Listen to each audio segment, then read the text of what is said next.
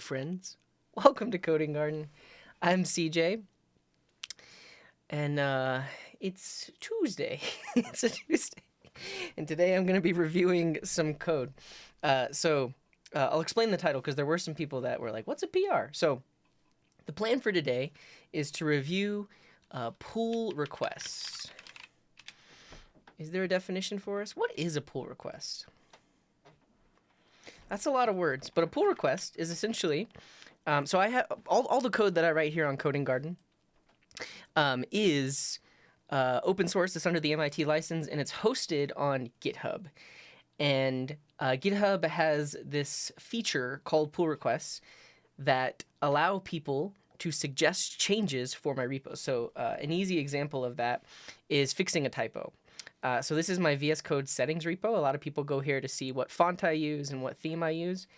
But I don't know how this lasted this long, but there's a typo right there. And Drills has made a pull request that says, "Hey, I fixed the typo," and I can go in and I can see exactly the change that they're suggesting, and then I can review it, and then I can merge it in. Yeah, so there's a lot of different terms for it. So the term pull request is used in conjunction with GitHub, but this concept isn't just GitHub. It's also GitLab, Bitbucket, any of the other hosted Git things, and they might call it something else like a merge request or something like that. But ultimately, what Drills has done is he created a copy of this repo on his account. He made changes to his copy because on his copy he's allowed to make changes, but now he wants to bring those changes back into my repo. And by default, this is locked down so that only I, the creator, have access to edit it. So Drills can't just come in here and like directly fix this typo, which is why we need this mechanism of pull requests. This is really popular in open source projects where just people from all over the community can make suggestions and make changes. It also is used extensively in the workplace because you might typically have like a protected branch. So if you're working on a code base for a job, typically like the master or the main branch is locked down so that the only way new changes can be merged in are if they are reviewed by multiple people, and so that prevents anyone on the team from just making a change to master. That's another reason they're used as well. But yeah, and you technically don't have to know all of the command line stuff in order to do this. Like you could literally do it through the GitHub UI. You literally could go over here, fork the repo, and then when you're on your fork, you can click on this file and then literally just edit it. You don't necessarily have to bring all this down. You can go in here, make an edit. In my case, I would commit them directly, but what Drills likely did... Oh, actually, he committed them, and then he opened a pull request. We'll talk about the details later. But ultimately, I have a whole lot of repos on the Coding Garden GitHub organization. And a lot of people have made suggestions. I thought we had a GitHub command. We do, yeah. So you can look at my GitHub organization and then also my personal account, W3CJ. But there are 170 repositories here of various things that I've built on stream. Some of it like off stream, but most of the stuff has been built on stream, and then people now have requests. So we've got VS Code settings, and of the first few pull requests that I'm going to review are not actually code changes. They're just helpful things in readmes. So like Salahuddin has made a lot of pull requests against my repos to keep the documentation up to date. And so this repo specifically is Coding Improv. So this is a show that we do, or that we've done in the past. We've 20 episodes so far, but I'm really bad about going back into the README and then adding the information about the given episode. And so you can see that we're missing episode 20. So Salahuddin came over, made a pull request that said, "Hey, I added episode 20. Super easy change. They literally just added these lines, and I'm definitely gonna merge that as well. And then I guess I'll get into it. I'll give it a sec. I'm getting ahead of myself. There's a lot of PRs I need to review, but first let's say hi to everybody. Let's. I don't think that's his name. I think it's Salahuddin. Salahuddin. Salahuddin Ahmed. That's their name. Welcome in, Damon. But like I said, I digress. We have a bunch of PRs to review, And I'm going to do my best to review all of them. And then also later in the stream, we're going to be updating my gear page. So this is a page where I keep information about all of the stuff that I use to stream, like my camera, my invisible microphone, this keyboard. All of that information is here, and it needs to be updated. So hopefully we have time to work on this, because I actually wanted to work on that yesterday. But today is all about PRs. Welcome in, everybody. Glad to have you. Hi. Hi. Welcome in, Vedith. Hi. I think I might have missed some chats. Yeah, merge request, pull request. Are there any other terms for pull requests that I'm not aware of? Yeah, and then sadly, there are pull requests that are like 2 years old. I'm going to take a look at those after. Like the ones that I'm about to look at are very recent and should be merged. Most of them anyways. Some of them will have to review the code. But if we have the time, we might go back and really just go through all these older repos that have PRs that I never looked at and close them or comment on them. I don't know America 2050. This is also a question that I had. The only way I can know, well, I mean, I have notifications turned off. Like technically you can have notifications for a project and then you get an email when someone opens a PR. I disabled those because I was getting way too many emails. So now the only way I know there's a pull request.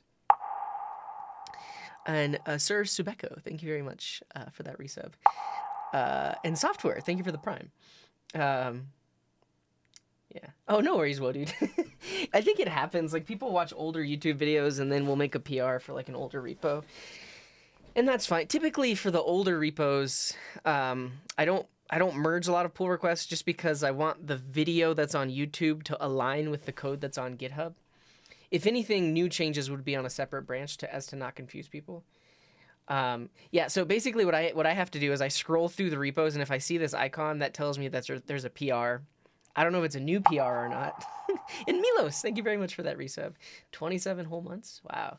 And thank you to the Shibas who resubbed before I started stream. Thank you to Drills for that raid.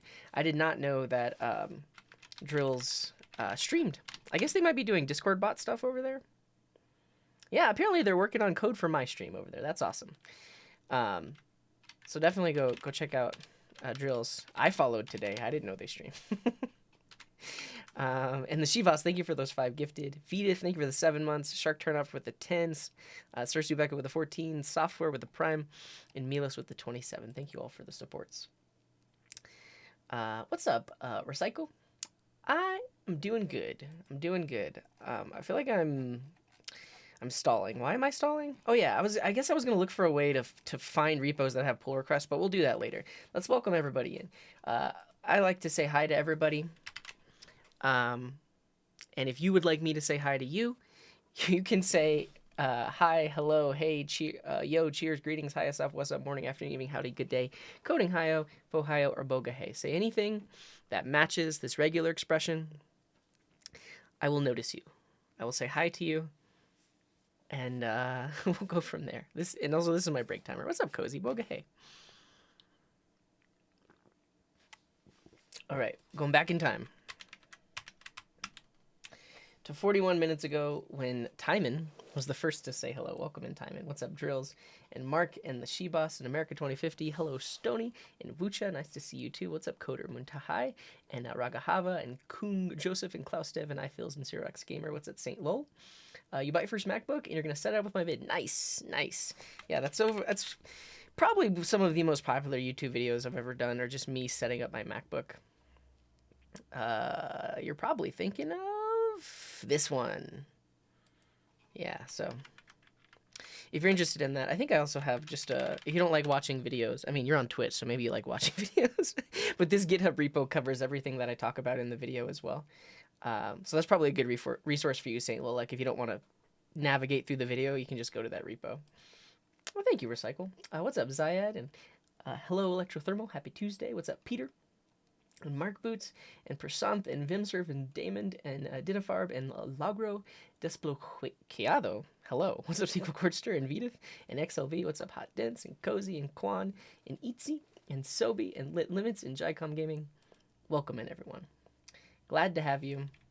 I see a lot of new faces in the chat. Maybe because it's a Tuesday. I usually stream on Tuesday. I don't know. Welcome in everybody. Glad to have you. Lots of new faces today. Let's go ahead and start reviewing PRs.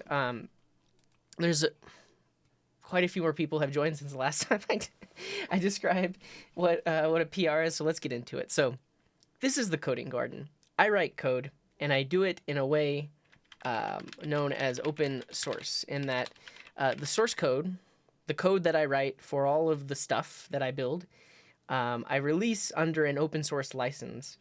Let's see if we can find it on Wikipedia. The MIT license. This is just one of many open source licenses.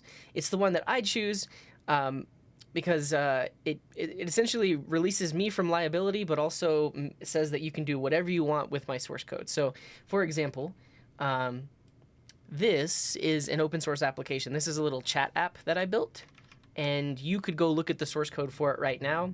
It's under the MIT license, so if you wanted to, you could take my code, turn it into your own app, and just start modifying it. One of the cool things about open source is if someone does make a modification, they can suggest that that modification get merged back into the original code base. Yeah, wow. So, for example, this is a repo that actually doesn't have any code in it. And Murdoch, thank you for that tier 2 resub. 31 months, that's awesome. So this repo, VS Code Settings, is literally just a README. It's just a file that has information about all of my setup for VS Code, which is the tool I use for writing code. But even this can receive pull requests. I mean, like, technically, this isn't software, so it really doesn't need an open source license. But this is a public thing that people can look at. And one thing that I somehow missed for the longest time, because this repo's been here a long time, is the word extensions is spelled wrong. So Drills, the nice person that they are, opened up a pull request. So they opened this up and they said, hey, I fixed that typo, and me, the person that owns this repo, can actually review this. So I can look at the files changed. I can see exactly what they did. The red line is what was there before, the green line is what's there now. So they essentially fixed my typo for me. So that's awesome. So what I can do is I can review, I can approve these changes. Technically with this repo, I don't have custom rules set up, so I actually didn't even need to click approve, but I approved it. And then I'm going to merge it. Right now they only have one commit, so I can see how many commits they had. One thing I usually like to do is squash and merge. So if they had like 10 commits, I can squash it into a single commit. So that way when we look at the main repo, we don't see a bunch of commits that Drills was working on to get to this point. But I don't need to do that because it's only a single commit. I click merge, confirm, and we're good to go. You can see that it's merged. That will automatically close the pull request. And now if we go back to the main page, the typo is fixed. The power of open source, sort of. This isn't source code, but this is the flow. And literally every single repo that I have of code, people can make suggestions, and that's what we're going to be reviewing today. So thank you very much, Drills, for that fix. We fixed a typo. Great work. This next one's a really easy one as well. So Coding Improv is a show that we do every now and then where we get a bunch of suggestions from chat and then just build a random thing. We've done 20 episodes so far, but as you can see, we're missing episode 20 in the README. So this is another change that isn't a code change, but it's still a very useful change. So shouts out to Salahuddin, who made this pull request. You can see here that they literally just added episode 20 with all of the links. Also, let's just remember what we built, because it was actually really funny. This is what we built, episode 20 of Coding Improv. Are you ready? Success is how high you bounce after you hit bottom.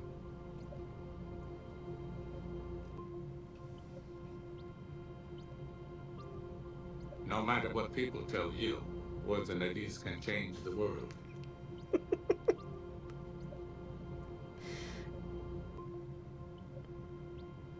When you have a dream, you've got to grab it and never let go. So, as you can see, this is a really weird app, but basically we used like an AI text to speech to convert inspirational quotes to make it sound like Morgan Freeman said them, and then we were getting images from the NASA API. It was a whole thing, but now that's in the README. So before you saw me go in here and click approve, I actually don't even need to do that because I'm the owner of this repo. I can literally just merge. Again, this is just one commit. I'll show you an example in a little bit that's somebody that made multiple commits, but I'm just going to merge that one right on in. And now the README has episode 20, so that's great. Okay, yeah, so Drills asked the question, why do some repos have contributors showing up and some don't? I think it's probably in the settings. So I think like if we go to Insights and then Contributors, this will show you all of the contributors. So like for instance, if I look on my VS Code settings one, and then we go to Graphs Contributors,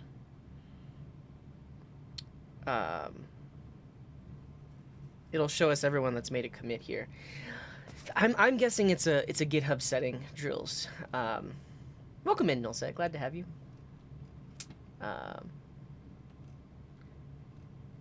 Yeah, and thanks for that resource time. And so if you're interested in open source licenses and such, this website choosealicense.com is really great for helping you pick a license. I personally have picked MIT for everything that I do, but that may not be right for you. So if you go to this site, that'll help you as well. All right, that's not loading. So I actually don't know. And yeah, I know what you mean. So like, oh, it loaded, finally, it loaded. So me and Drills are the only contributors to this repo. And I think it has to do with the repo settings, because you can see here, it doesn't show contributors, but I'm guessing if I go into settings, I can choose to show the contributors in the README. Yeah, and Code Renaissance is asking, is it possible to get a free SSL certificate? Yeah, look into Let's Encrypt. And now, where people are seeing an ad. So let's pause while they're getting advertised to. And I'll advertise for myself. If you're new here, definitely check out my YouTube. Actually, this is going to be a 2-minute ad for my YouTube. Because if you check out my YouTube, I have a lot of stuff. If you search for Coding Garden open source, I have several videos where I talk about like what is open source. So this first one talks about like the different types of licenses.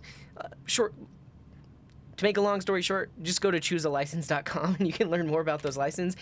And if you don't have a license on your repo, that actually has implications. So that's something else that you should learn and know about as well.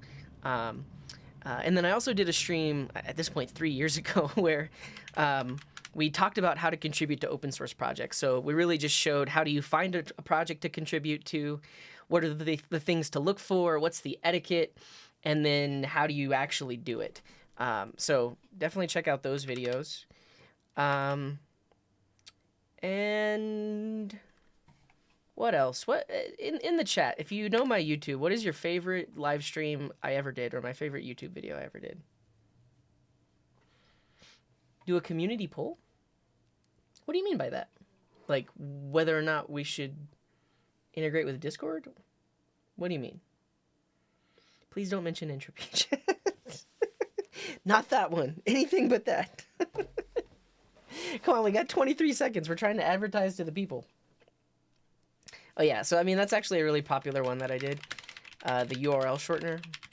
I built and deployed and explained all of the code in 57 minutes. So a lot of people like, oh, I could do that, but here, like what they don't get is, as I'm writing the code, I am explaining what that code does. You can leave this video understanding like what went into building that URL shortener.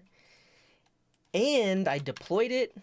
I put it at a specific domain. I did a lot in 57 minutes, I think. Which is, yeah, 3,133.7 seconds, yeah. Yeah. Yeah, actually, that one actually has been gotten a lot of viewership and traction, and it's still pretty relevant. The travel log.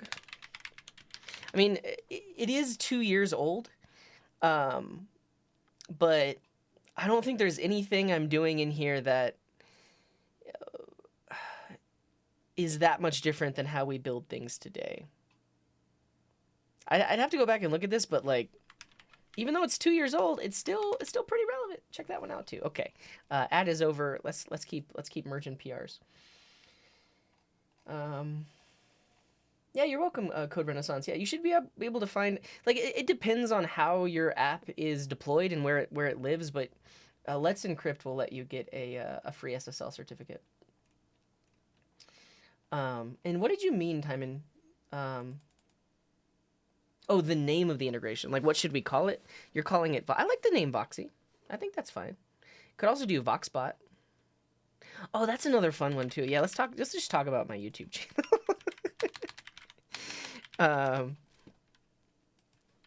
If you're new to JavaScript, like let's say you learn JavaScript, now you're just now like learning React or something like that. Have I got the video for you? This is the one. I won't even. This is. I just go watch this. That's all I gotta say. Yeah. Wait, somebody already mentioned entropy chat. The bun port, yeah. I don't think we could port it to bun. Yeah. Or yeah, Voxy or Voxbot. Looks a lot like Fresh Spots, yeah. But I mean, that's the thing about Maps apps is they're all very similar. But the travelogue basically is only the person that knows the password can add spots to the map, and it's like places that you've been. Whereas Fresh Spots is collections of places all within the same place. They're probably very similar. Yeah. I don't know what Kumara is. Yeah. All right, let's keep moving. So, thank you both to Drills and Miha and I forgot what their name was. So Salahuddin. Thank you to Salahuddin for those pull requests. Let's keep going. So this next pull request is to add a flag. Salahuddin, that's it. I still haven't heard of that, Code Renaissance. You may see in the chat that Drills has their flag set to Antarctica. Timon has their set to the Bavarian flag. What else? We got American 2050 with the Argentina flag. What else? We got me with the Denver, Colorado flag. What else? We got Mark with the Lebanon flag. We got Murdoch with the Atlanta, Georgia flag. So you too can set your flag. What's up, Apu Cantilde? They have the Costa Rica flag. That's great. That's great. So if you want to set yours, you can do !flag followed by your 2-character country code. For me, it's the US. But there's more. There's more. And Syrup has the Canada flag. If you go to this repo and you look in the SVG folder, so first of all, we support all countries that are in the ISO 3166 standard. And let's take a quick break. Did I say the right number? 3166? I did. Look at that. ISO 3166. But if you don't want to use your country flag and you want to use like a state or a province flag, if you go to this repo and you see a folder for your country, that means we at least have state or provinces as well. So for example, if you click in the US folder, we also have all 50 US states you can choose from. So if I wanted to set my flag to the Colorado flag, I could do US/CO. Yeah, just memorizing RFC numbers. What's up, Oscar? Welcome in. Do I know how to tie a full Windsor? No, I only do a half Windsor, and it's been a really long time. Should we derail the stream and so that I could tie a tie? Remind me at the next ad break, and I'll show you how to tie a tie, Xerox Gamer. So if I do this, then my flag gets set to the Colorado flag like that. But all of that to say, if you go to this repo and you can't find your state, province, or city, you can make a pull request to add that flag to this repo, and then it will start working in my overlay. For example, Hunter Parks has made a pull request to add the Milwaukee People's Flag to the repo, because there's actually a whole history. I read this Wikipedia article; it's fascinating, and also the flag looks like it's Tycho. I don't know if you've heard of Tycho. He's one of my favorite music projects. This is him, Scott Hansen. But if you look at the album art, Milwaukee, yes. If you look at Tycho's album art, and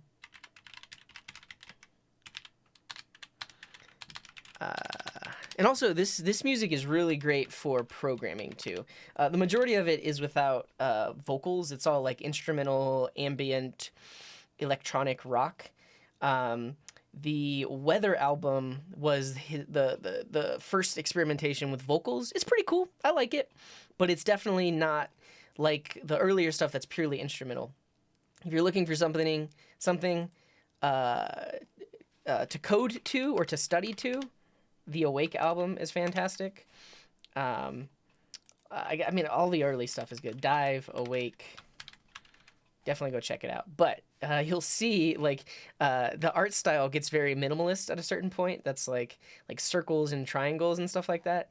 And like in like this, like the Awake, it's like a sun at sunrise. That very much reminds me of the People's Flag of Milwaukee. But this is also a super interesting history, because Milwaukee, if you're American, if you want to say it the English way, American English way, Milwaukee is a city in Wisconsin, Wisconsin is a state in the United States. Was it trapezoid? Yeah, sure. Shapes, polygons, polygons. But Milwaukee is a city in Wisconsin, which is a state in the United States, and this is the flag of Milwaukee. However, they had this whole thing. They had a redesign contest for the flag, and like so, this was the original city flag, but then they had a yeah. So there was like negative media coverage around this the city flag. Let's see if we can like spot why. I mean, there is a Native American figure here, but I think that's like they're trying to honor like the heritage of the. That's why I'm saying Milwaukee is, because that's the. I actually don't know what Native American tribe is from that area in Wisconsin, but Milwaukee is the like the correct pronunciation. But I don't know. I think somebody had an issue with the flag, and there was like a competition, and this flag won, the People's Flag. All of that to say, Hunter Parks has made a pull request that adds the People's Flag to the repo so that they can set it. 99% Invisible basically just called it a bad flag. I mean, we've seen a lot of bad flags. Like some flags are just like very like controversial or like racist. I don't really see it in this one. It's possible that it was like the redesign contest. That's a weird flag too. The thing is, like, flags, Potawatomi tribe is the big one. It's good to know. Flags with a lot of details are also like really hard. Like simple shapes and colors. I think that's the way to go with flags. But you know, that's just a thing. Oh, that's your PR. Nice. So they made the PR to add this flag to the repo, and once we add it, they'll be able to run a command and set it in the chat. Your username is an anagram? Wow. Shark Turn Up is an anagram for Hunter Parks. That's cool. So I think, like, one thing I do want to do to this repo is I actually want to remove these JSON files so that because they get auto-generated.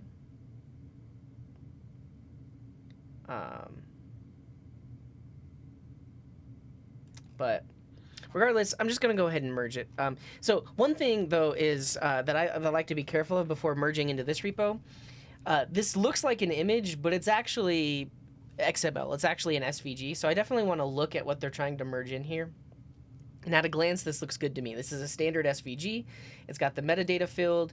It's got all of this. It's good to go. So I'm just going to go ahead and merge this in. And they just have one commit, so I think we're good. And let me actually go over to Netlify. So Netlify is where this thing is deployed. And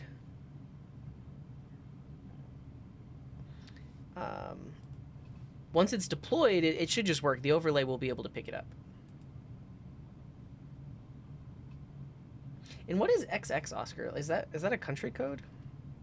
Wait, are we still on Netlify, or maybe we're on Versal now? Did we switch to Versal?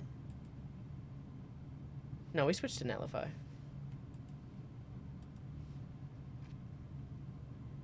Yep. So, it was deployed, which means, now on the deployed website, if we go to /svg/us/Milwaukee Peoples.svg, I might not have spelled Milwaukee right. I spelled it right. We can see the image. So now this image is there. I don't think you can immediately set it in the overlay because I think my API needs to be refreshed, but we could try it. If I do flag like this, let's see what happens. Yeah, it didn't pick it up. My backend, I think, has cached the list of eligible, like, possible flags. So we'll have to wait till the backend is no longer cached. Oh, should add the code name instead of XX? Wait, where does it list that? Oh, I see. Yeah. It says it right there.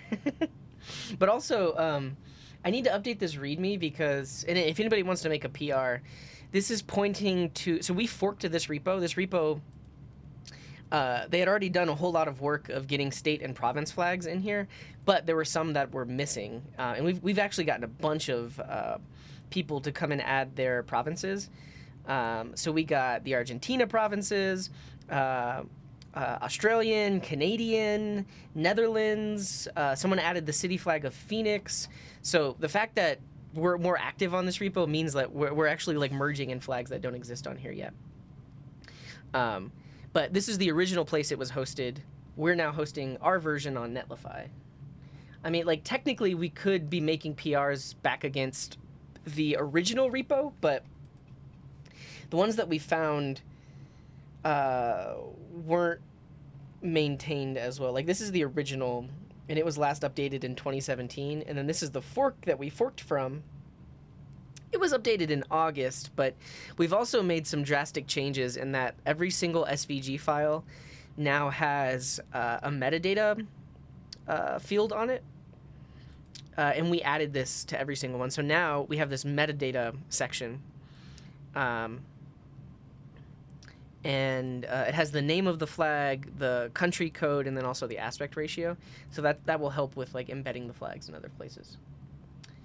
No, so we're only doing country flags in this repo. I am open to the idea of like team and organizations and things like the pride flag, but I would want to put it in a separate repo because the ISO 3166 is an actual standard.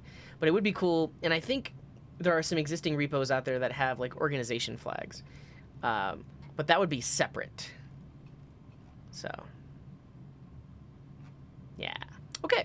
So that was fun. We merged that in. Let's keep moving.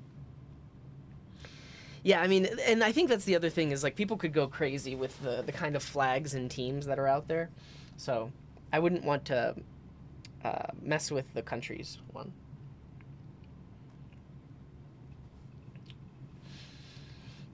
Yeah, well, I think there'll be a way to set like a, we'll call it something else instead of, because right now exclamation mark flag is all about the country flag. But you should be able to set your country flag and like a team flag of some kind. Yeah. All right, here comes the big PR. It's for my weather overlay. So this is something I built, I think it was just last week. No, 2 weeks ago. Last week? I think I built this last week. This is a simple little page that will load the weather for a given latitude, longitude. You can see that it is literally freezing right now in where I am. This is the coordinates for Denver, Colorado, which is where I'm at. But you see it like it animates out. Essentially, I put this as an overlay on my IRL streams. You can see it in action on a recent stream over on the Coding Garden archive. Shouts out to the Coding Garden archive, which is where all of the more recent streams get uploaded. But you can see in the thumbnail. So like I'm out in the world, and there's literally like a little weather overlay that's popping up every now and then, like this. We built that on stream, and right now, as you can see, and you might also be triggered by this, it's in freedom units. And one of the PRs we wanted was to also show in Celsius. So someone made a pull request that does that. But at the same time, they also there's some other changes. 2435. All right. First change, pretty simple. This is by Mark Boots. They just updated the icon. 32 is 0. That's 0 Celsius. That's the conversion, right? Well, we'll see in a second after we merge it in. Yeah.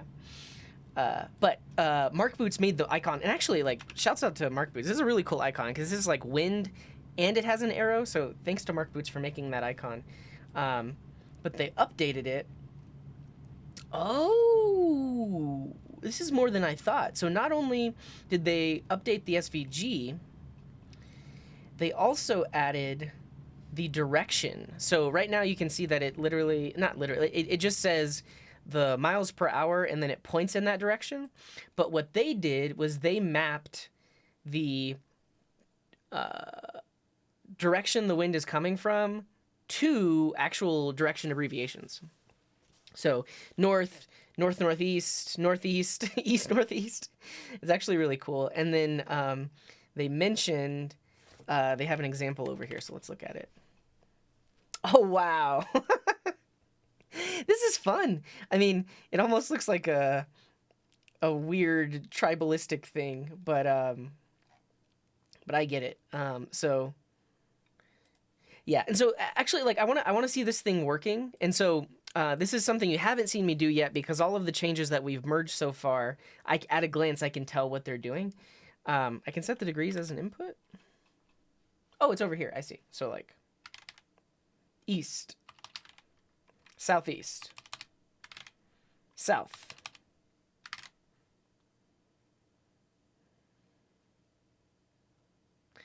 Yeah. Here's the thing, though. Southeast is because it's coming from the southeast, but it's pointed towards the northwest. So, is this actually what we want? That's how wind works, yeah. But as a non-weather aficionado, I look at this icon and I'm like, southeast. Well, okay, that means like the weather is coming from the southeast. And I guess an example of that is like if we look at the this, so it's 2 miles per hour coming from the southeast.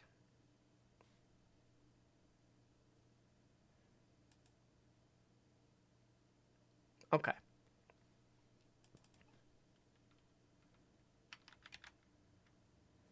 So this is coming from the west. Cool. Looks good to me. I also want to test this locally, though. So that's what I was getting at. So basically, there's some actual code change here. This is a JavaScript function that calculates the wind direction. They added in that SVG, and then also this SVG is dynamically rotated along with the text. So I want to look at these changes locally before merging them in. Let me show you how I'm going to do that. So first of all, I need to go to that repo locally. I already have this locally, and it's at the initial commit. Is there any more changes? No more changes. So I'm on the main branch. Cool. What I want to do is I want to pull in Mark's changes, and that is at a different remote. So right now, my remote is the Coding Garden organization, Coding Garden weather overlay. So right now I'm pointed at this one, which is the official one.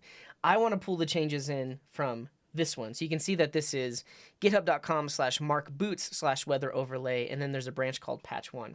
So first what I need to do is I need to add this as a remote. So locally, I'm going to say git remote add, and then I'm going to call this Mark Boots. So I can name it whatever I want, but this is going to let me know that this remote points to Mark Boots, and then I give it a URL. And then now if I do git remote -v, you can see that I have two different remotes. I have origin, and if you're new to Git, origin is just the, it's what we call the main branch. You actually could call this whatever you wanted, but origin is the, what's the word? De facto. It's tradition. It is, what's the word? What word am I looking for? The default. Yeah, the convention. That's the one. Thank you, Funny Boy Rocks. It's like, I can't think of words, but yeah, origin is the convention, and pretty much every repo you see is going to use origin. But as you can see, I can create these things, call these things whatever I want. In this case, I called it Mark Boots. All right. First thing I'm going to do is I'm going to run git fetch. And what that is going to do, and actually I'm going to do git fetch Mark Boots. Yeah. So you can see what that has done is it looked at the Mark Boots remote. So it looked at this remote, which is on Mark Boots' GitHub account on this repo. And it saw that they have a branch called patch-1. And it brought that down locally as a branch called patch1. So now I have access to that branch. And you can see right now I'm actually on the main branch. So if I do git checkout patch-1, I have now switched to the branch that Mark created. So it's basically this exact code as we see it on GitHub, this patch1 branch, but I have that code locally. And Jinjinad, thank you for the raid again. Welcome in. You raided us yesterday. We're talking about GitHub and pull requests, and I'm reviewing some people's code changes that they made. But yeah, thank you for that raid. I can't believe I'm not following you. Everyone should click that button, drop a follow. What were you working on? Wait, why didn't this work? I thought mods have permission to use the shoutout bot. Oh, do I not have an alias? Well, I don't know. Welcome in, readers. Glad to have you. Fetch already brings it without pull. Yes, so basically what Fetch did was it made the branches that were on that remote available to me locally, but it did not affect my current branch. So when I did git fetch Mark Boots, it kept me on the main branch and didn't change anything of the code that I was currently working on, but it made these two branches available so that I can use them. And so that's why after doing that, when I check out patch 1, I'm actually on the code here. So I'm just going to run it, and then we can test it out. So we don't have the params. Let's copy the params from here so we can see it working in the same way. Oh, that looks good. So this is the change that we're merging. They added this new icon that has the direction. It looks good. It looks really good, Mark. Appreciate you. I don't actually know if you're here right now, but that looks great. But this is how it looked before. It was just a plain old icon. But what they did is they made it so that it now has the direction that the wind is coming from. That looks good to me. Yeah, I really like it. The other thing that I look for in a pull request is to make sure that they're adhering to all the same like coding standards. You think it's too cluttered? I don't know. We could test it out really quick. Like if I pulled this into a browser source. Yeah, surge.sh is a way to deploy static websites. That's where I have it hosted right now.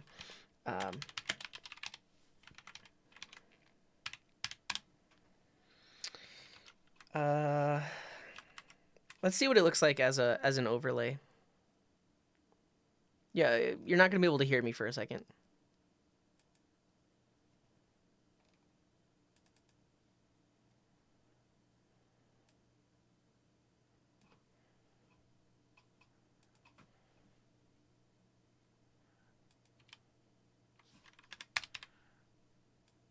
Wait, maybe you can hear me. I don't know.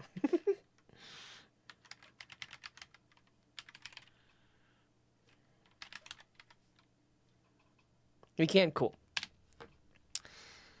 So this is an example of what that icon is going to look like. I mean, you all tell me, like, is that southeast text too small? I mean, I think it looks all right. I think the other thing is it's possible that someone is going to, like, even decrease the size further. Like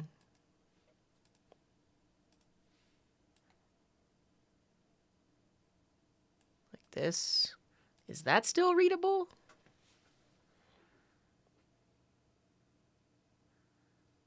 Yeah. Well, confirm. So I made it even smaller.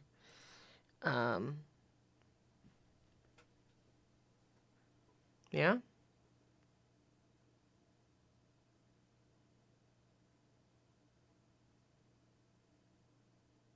It's not readable. Dismiss the PR.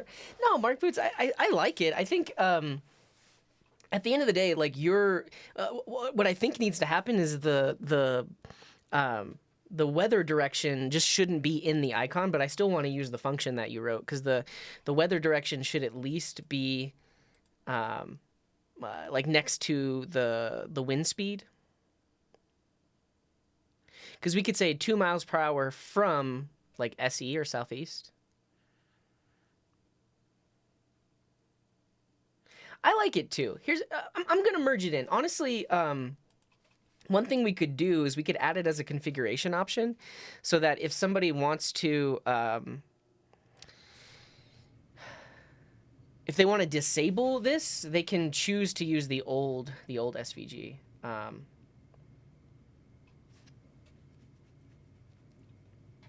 So.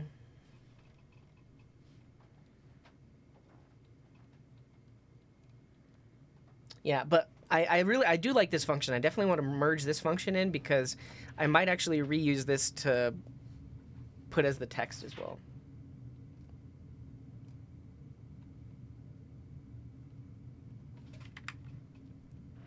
Okay, it does look good to me though. Let's go to the file that they changed. It's just app.svelte, and let's make sure that if we were to run, yeah. So when I run the formatter, it does do a little bit of changes. Let's see. Did we end up adding? No, we didn't even add in a linter or anything like that. Okay, an ad is happening though, so I'm just gonna pause. Yeah, that's the thing. If I run the linter on this, every other pull request is gonna have an issue, which is why we actually need a linter on this thing. Okay, while everyone is seeing an ad, follow me over on YouTube. That's my ad for you, all that are not seeing an ad. Yeah, go look at my YouTube. If you're wanting to learn about code and stuff like that, check it out. There's actually I'll talk about this playlist. This playlist is called Learning Starts Here, and it has a lot of beginner focused videos. So if you're just getting into programming and stuff like that,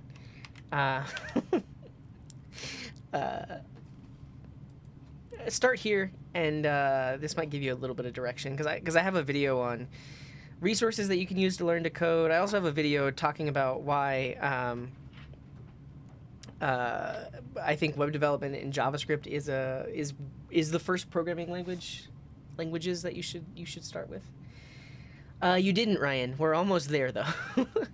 I'm reviewing this one. Honestly, I'm just gonna go ahead and merge this in. I like it. I appreciate you, Mark Boots, for making this change. So I am going to go back to the main branch locally, and then on GitHub, because I reviewed these changes. Like technically, I could have merged these changes locally, pushed to GitHub, and this PR would automatically be closed. But I am now going to just merge this in. So it was one commit. They added the new icon. Let's go. I'm just gonna say merge pull request, confirm. Awesome. And now, if I want those changes locally, if I do git pull origin main, so remember origin is the convention for the original home of this repo, which is this one, Coding Garden Weather Overlay. And so when I'm saying git pull origin main, I am now pulling the changes from origin to my local main branch. And Ryan, thank you for the 11 months. First official PR review on my anniversary. Nice, nice. So what I'm about to do is, because I merged these changes on GitHub, you can see in the commit history, I took that change from Mark Boots. It's now on main. If I do this, I'm going to get that change. And if I run the build and then deploy it, right now for me it's a manual process to deploy. Then if I deploy this, did I deploy it to Surge? Yeah, I deployed it to weatheroverlay.surge.sh.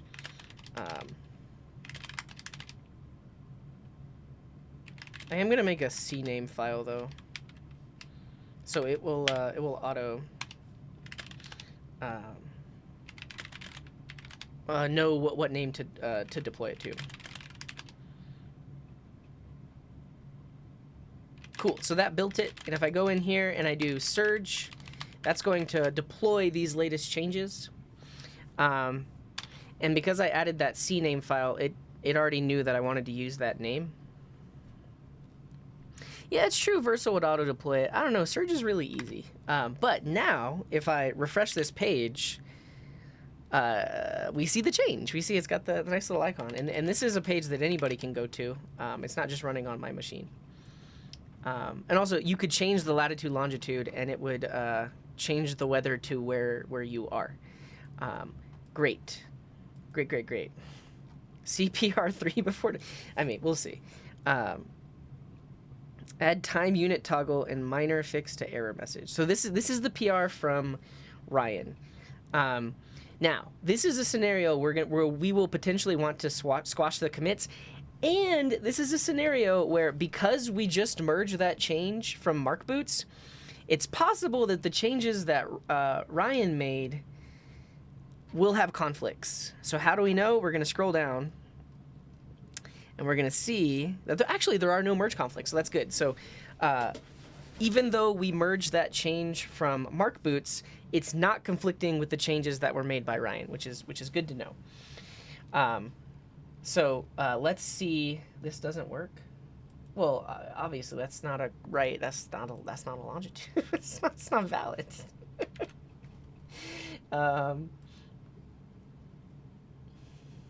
Invalid parameter. Illegal longitude value.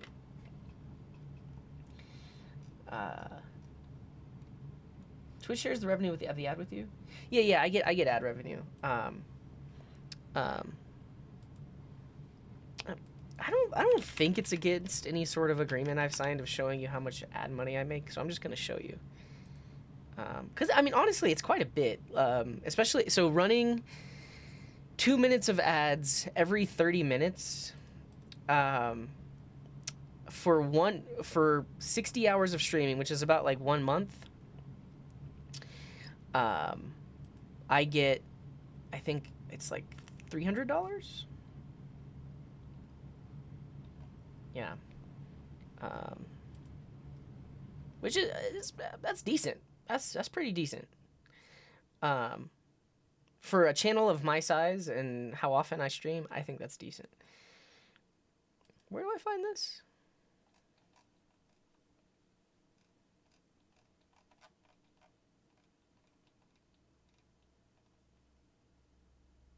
Cool.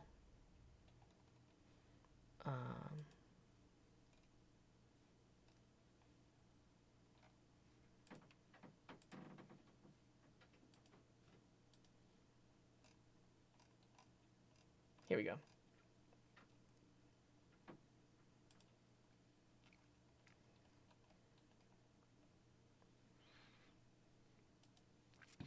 So, and Twitch has been doing this thing where you commit up front, like for the upcoming month, for how many ads you're going to run.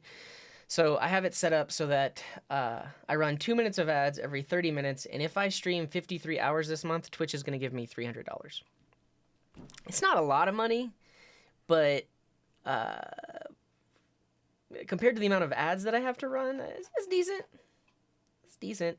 Also, the way I have this set up is so that pre-rolls don't happen. And a pre-roll is when a new person comes to my channel, they will not see advertisements immediately. They're going to see advertisements when everyone else does. So like I could tweak this. Like if I made the ad breaks shorter, like see if I make them a 1 minute ad break every 30 minutes, that means that 20 minutes later, for 10 minutes, any new viewer that comes into my stream is seeing a pre-roll ad. And I want to prevent that, which is why I chose to do the... I guess technically we could do a minute and a half next month. I'll make a little bit less money, but at least the ads won't be as long. If I did 30 seconds of ads and I didn't want pre-rolls, I would have to run a 30-second ad every 10 minutes. So I don't know. Every 2 minutes of ad every 3 minutes, 2 minutes of ads every 30 minutes, I think is reasonable enough. There have been some people that mentioned in the chat that they see too many ads, so they just leave. But audio's funky. Hello? Hello?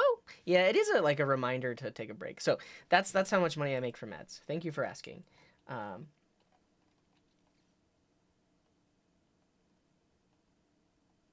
Oh, you could put like weather. That would be too many API requests. Like weather of the thing as a badge. That's pretty crazy. Yeah.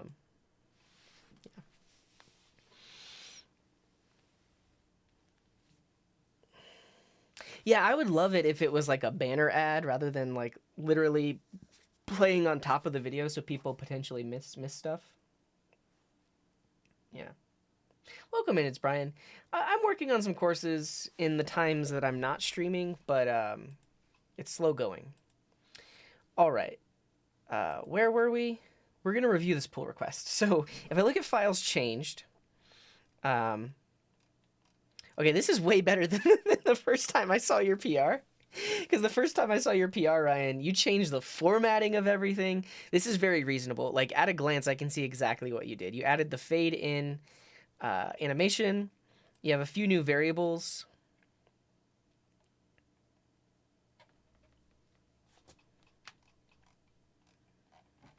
Call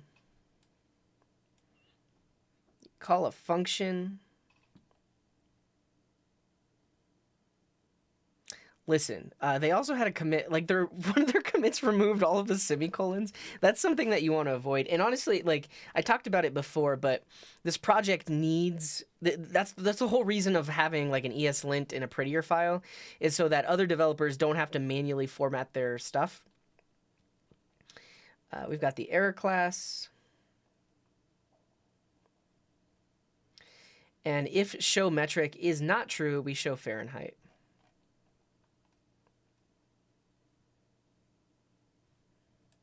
Well, hey, this variable is biased.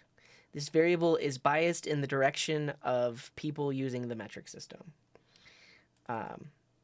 We could have a variable that says show imperial, and then we could flip the logic in the template. But I think it's fine. Okay, as it should. Okay, so you have so this is the thing. I think when I demoed this, or I guess did you post an example animation?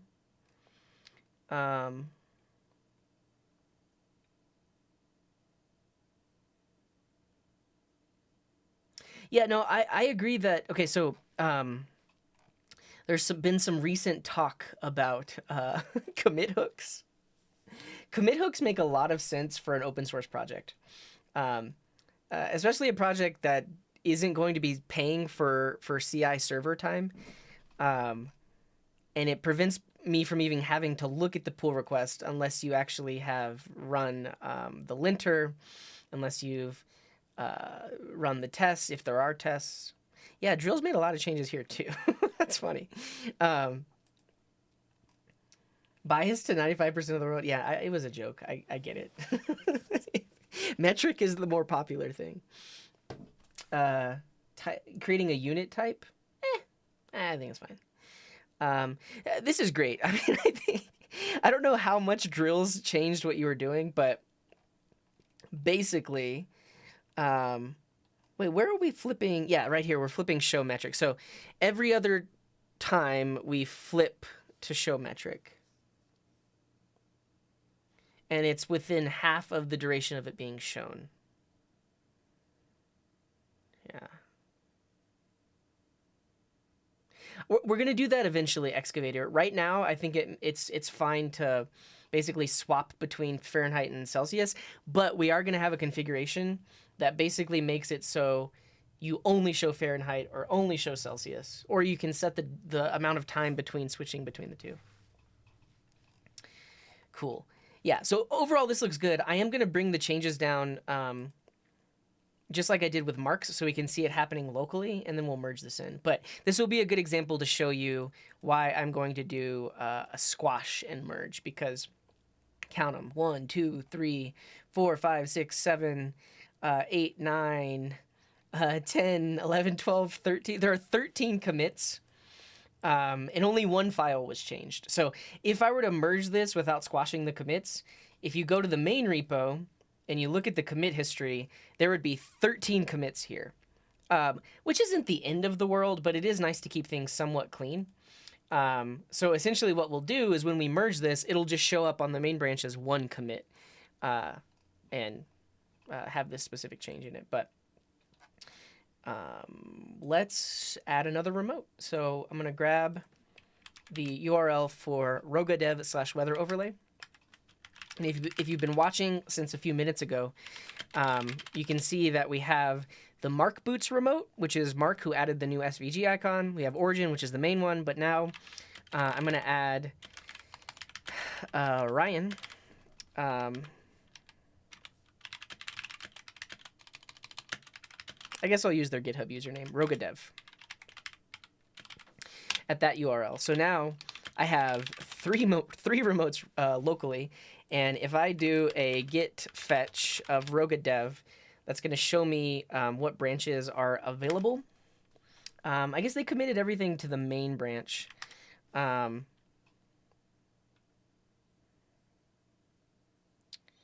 So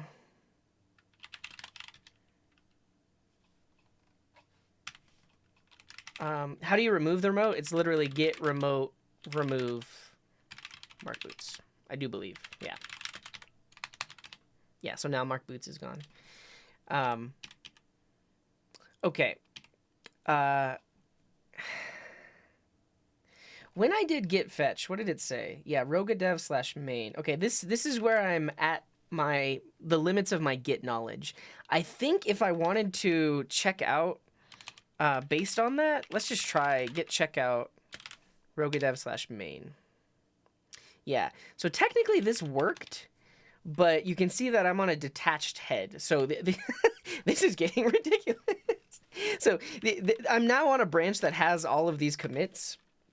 And if I did npm run dev, we can see an example of that.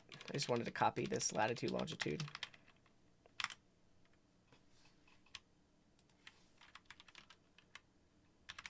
That's nice. This is a nice little error message. I appreciate that. They added that as well. Wait for it. Wait for it.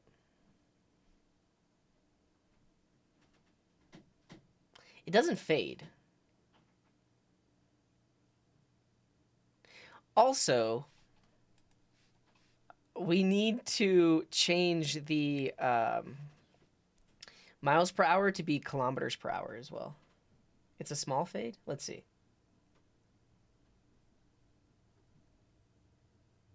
Yeah, it's a slight fade.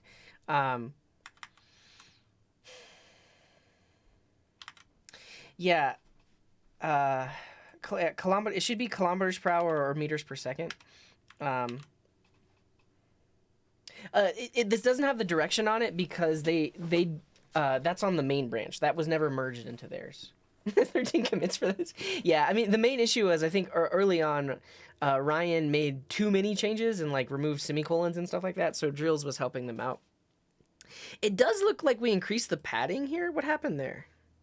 Yeah, it looks like there's more space here. What happened?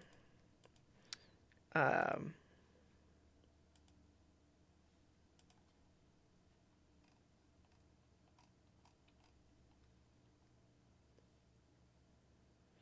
what happened? Oh, there literally is a space now.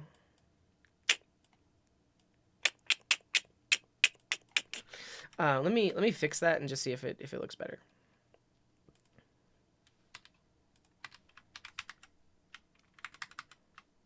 Yeah, I don't want that space there. I think I can actually. I think I can. If you give me permissions, I can push to your remote. I'm trying to think. What's the best way to do this? Um, I could check out a branch, merge all of these commits into it, and then make a pull request for that branch with my own commits on it. Would that be the best way to go about this? Um, for a project like this, I think so. In the real world, like if you're working on a team, you'll probably it'll just be already be a separate branch that you have access to. Branch and then my own subversion. Okay, but I think Drills is going to fix this right now. So this is real time updates. Drills is going to go in there and remove that space. So I'm going to undo this. Wait, that's fine. And then in a second, I don't know how fast Drills is going to be, but in a second, Drills is going to push to this remote. Oh wait, no. So you haven't been directly. You don't have rights to Ryan's repo. You've been making PRs against Ryan's repo. Actually, yeah, I think you're completely right, American 2050. The way this usually goes is I will actually make a comment on this PR and then say that it needs changes. But okay, well, Drills is done, but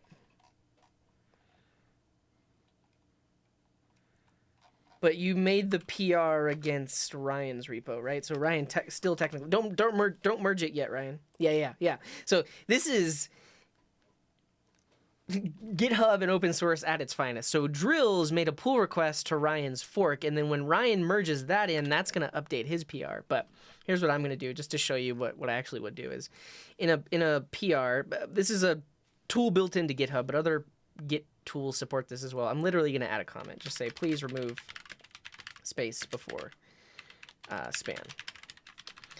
And that I can start this as a review. I can add the same comment right here.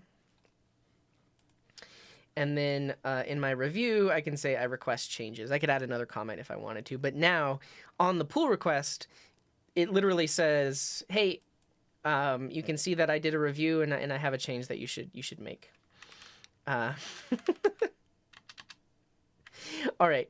The other thing is, I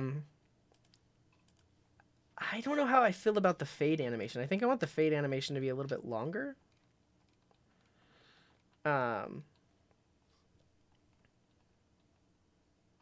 Also, the show duration. I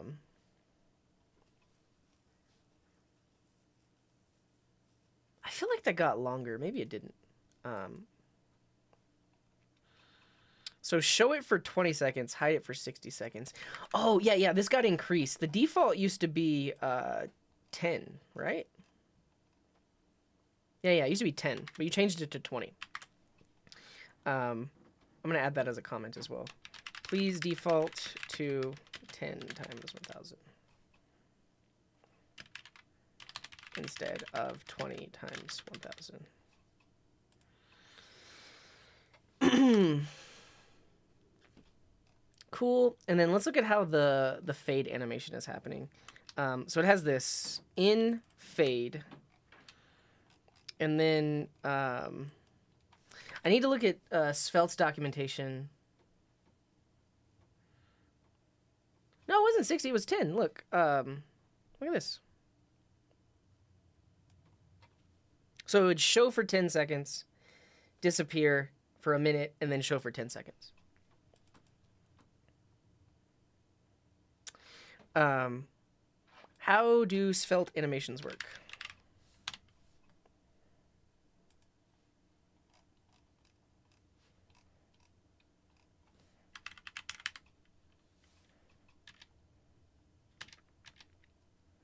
Here we go. Transition, fade, duration. So we could pass a duration in here. I don't know what the default one is, but this. We could set the duration to not 2 seconds. I mean, like even like 800 milliseconds would be good.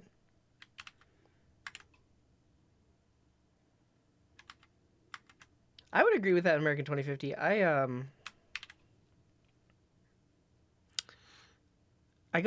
think I go to the docs too often. All right, let's see it. Is it going to take 800 milliseconds now? See you later, 0x Gamer. Thanks for hanging out. Also, I'm going to bring this back down to 10 seconds because it'll be 1, 2, 3, 4, 5. It's too quick.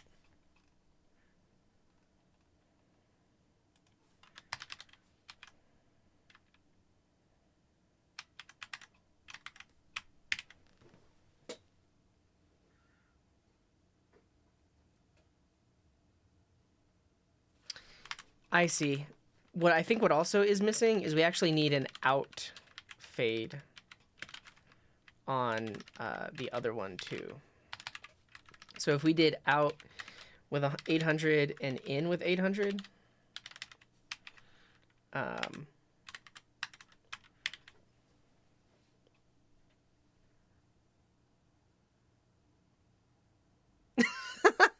I see. Yeah, I see. Yeah. Because they're not in a group, one is on top of the other. Oof. I don't like it. I guess instead of in, can I just do transition?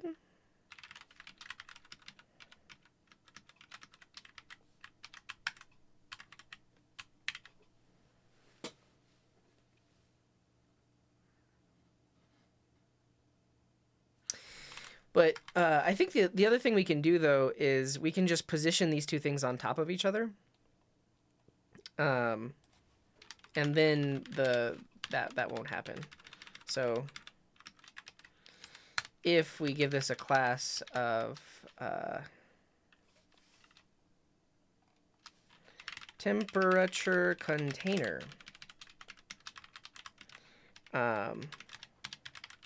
give this position relative, and then temperature, which we already have a class for. This is, I thought we did, yeah. So this is a div. We'll give this a position of absolute with top 0, left 0. So now those two divs are on top of each other. Like that. Great. It's perfect. Why is the if on the div instead of just the text inside? You know, that probably would be better. And then we can make just temperature have a position relative.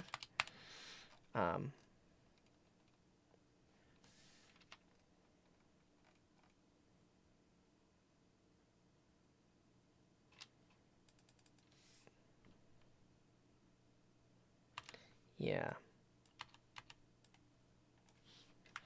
So if we did something like that goes there, that goes there, that goes there.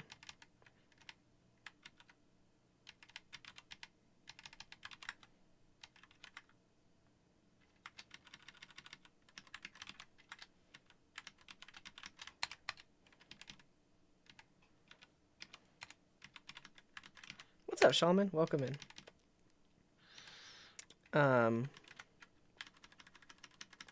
I guess the main issue is this whole thing would need to be in a span.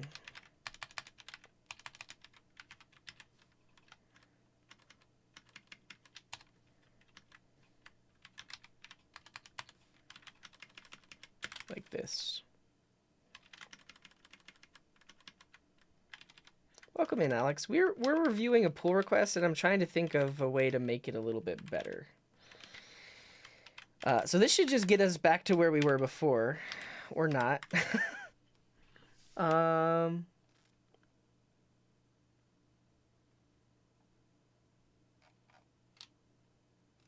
First try.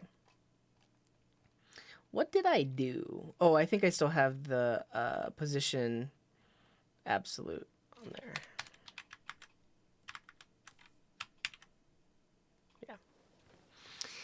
Yeah. So this should have that issue where they're both there. Yeah.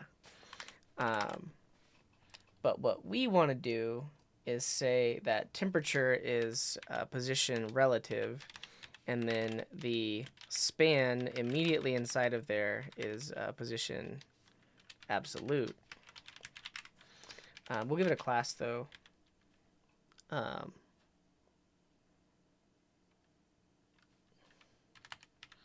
Temperature text, I guess. Here.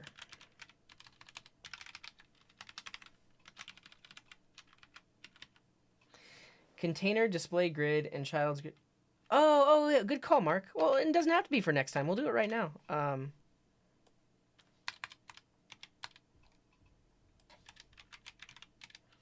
Display grid.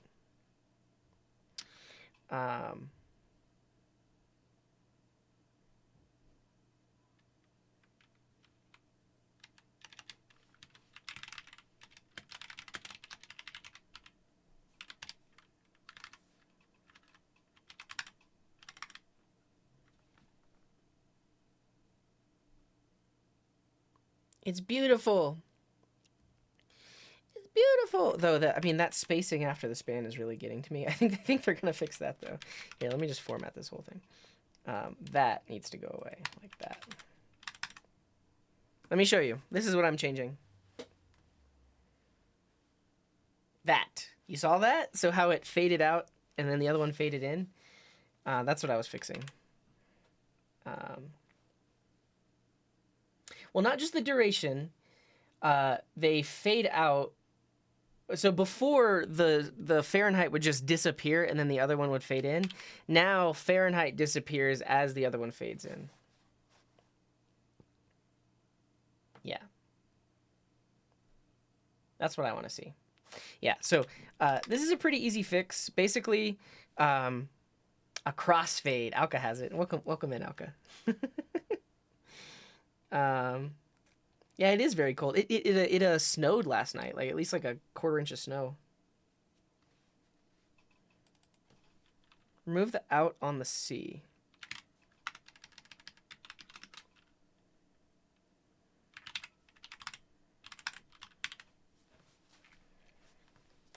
We got an ad. Yeah, that looks good. That looks really good. Look at this.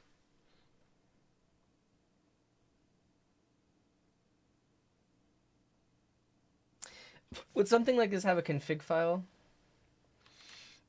Possibly. Like, ultimately, not a file, but I think we are going to have just an object called config. We're not there yet, but eventually we will. That has all of these values inside of it because those values will be settable by query parameters. Yeah.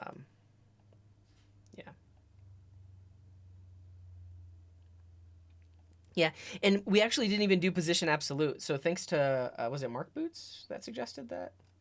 Yeah, Mark Boots was like, "Hey, just use a grid." So basically, I'll show you. I really don't like how it formatted this. Like that goes there, that goes there. And then this goes here. Like that. Welcome in, Zuri. Check out the frequently asked questions. I got a whole section on my work history and all the stuff that I've done in the past and stuff like that. Yeah, we're gonna do that as well. Fluidic Ghost. Fluidic Ghost. But this is their PR to update. We might just do it in a separately aside from this. Though I think Drills mentioned they were gonna do it in this PR. Okay. I'm gonna add this as a comment so that you can add it to your PR. Here we go. I'd prefer if the text animated out and in. So, I don't know. You know what I'm talking about. So you can have the, well, that ain't right.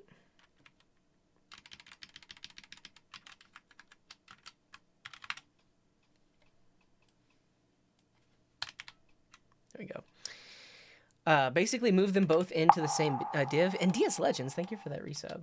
And then we just want to do display grid and display in grid area for the CSS. Really, yeah, we don't even need position relative. We literally just need display grid for the container, and then both of the items inside the container are on top of each other. That was the fix there.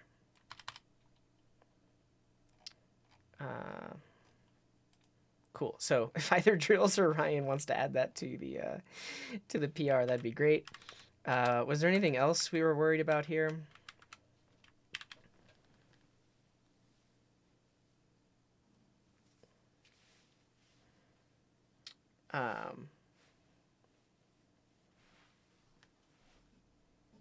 I think Drills was working on changing this to kilometers per hour as well.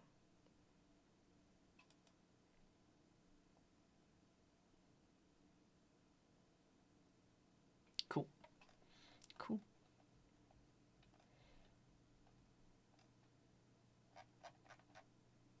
Yeah, increased by 1 degree Celsius. What happens to the temp when it slides back in again? It starts off as Fahrenheit. Well, we can wait. It happens after 60 seconds. Did I say colder? Warmer. 1 degree warmer. Thanks, Drills. But we'll wait. So after 1 minute, it slides back in and it shows Fahrenheit first.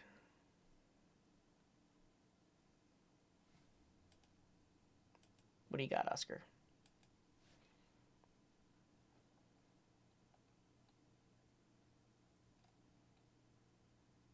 Wait, what? Oh. You mean in my overlay show both?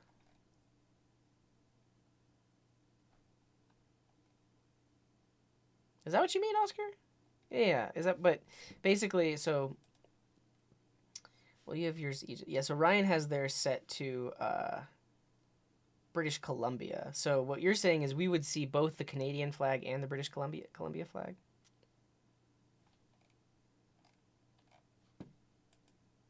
Is that what you mean? I'll have to come back to that. All right, let's see the changes that Drills made. What's up, Bug Breaker? Yeah, now it's a single div with the duration, beautiful display grid, awesome. I love it. I think those are the main pieces of feedback that I had. Drills, did you say you were gonna adjust this to be kilometers per hour as well? Or is that future work? Done? Okay, we're just waiting on Ryan now. We're waiting on Ryan to. This is so funny though. So basically, what's happening is this PR was originally opened by Ryan, and then Drills has been helping them out. So Drills has been making pull requests against Ryan's repo. Merge cool, and then Ryan has been making a pull request against my repo. So really, like they're both collaborating against my repo to add these changes. And then is it this one?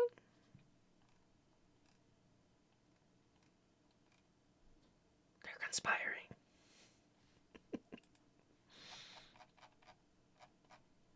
Wait, are we? Here we go. Yeah, but let me suggest another another update is this needs the same fade in, fade out, and grid styles. So if you give wind speed a class of grid, wrap this in a span, set the span to grid area 1-1. That way it'll fade the miles per hour to the kilometers per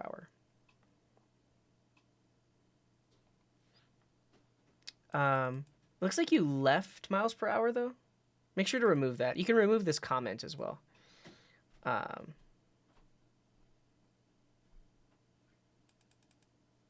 Ocean 11, get heist. Yeah, I think so. I think these two lines can be removed, and then this looks good, but wrap it in a span.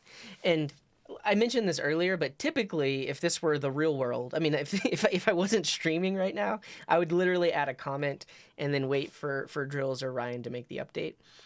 But they can hear me right now, so that's why I'm not adding a comment.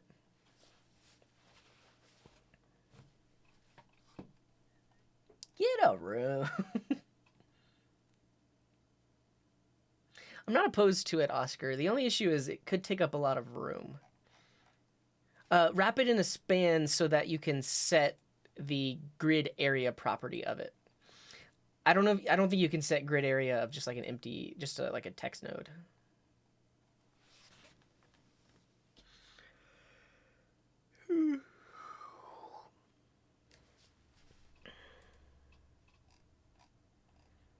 I think we're at how many? We're at like 16 commits now. That's really funny. These are good changes, though. I'm really happy to see it. We're gonna make even more changes next week, though, after we get all this merged in, because right now it just defaults to switching. There's no configuration. Next week we're gonna have a configuration page where you can set like what should the background color be, how big do you want the text to be, how often, how fast should it fade, how often should it show up, that kind of thing.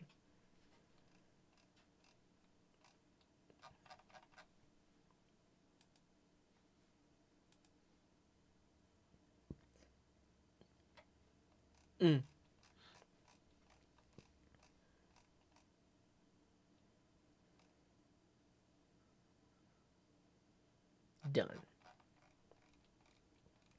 If this is used inside OBS, how would a config page work?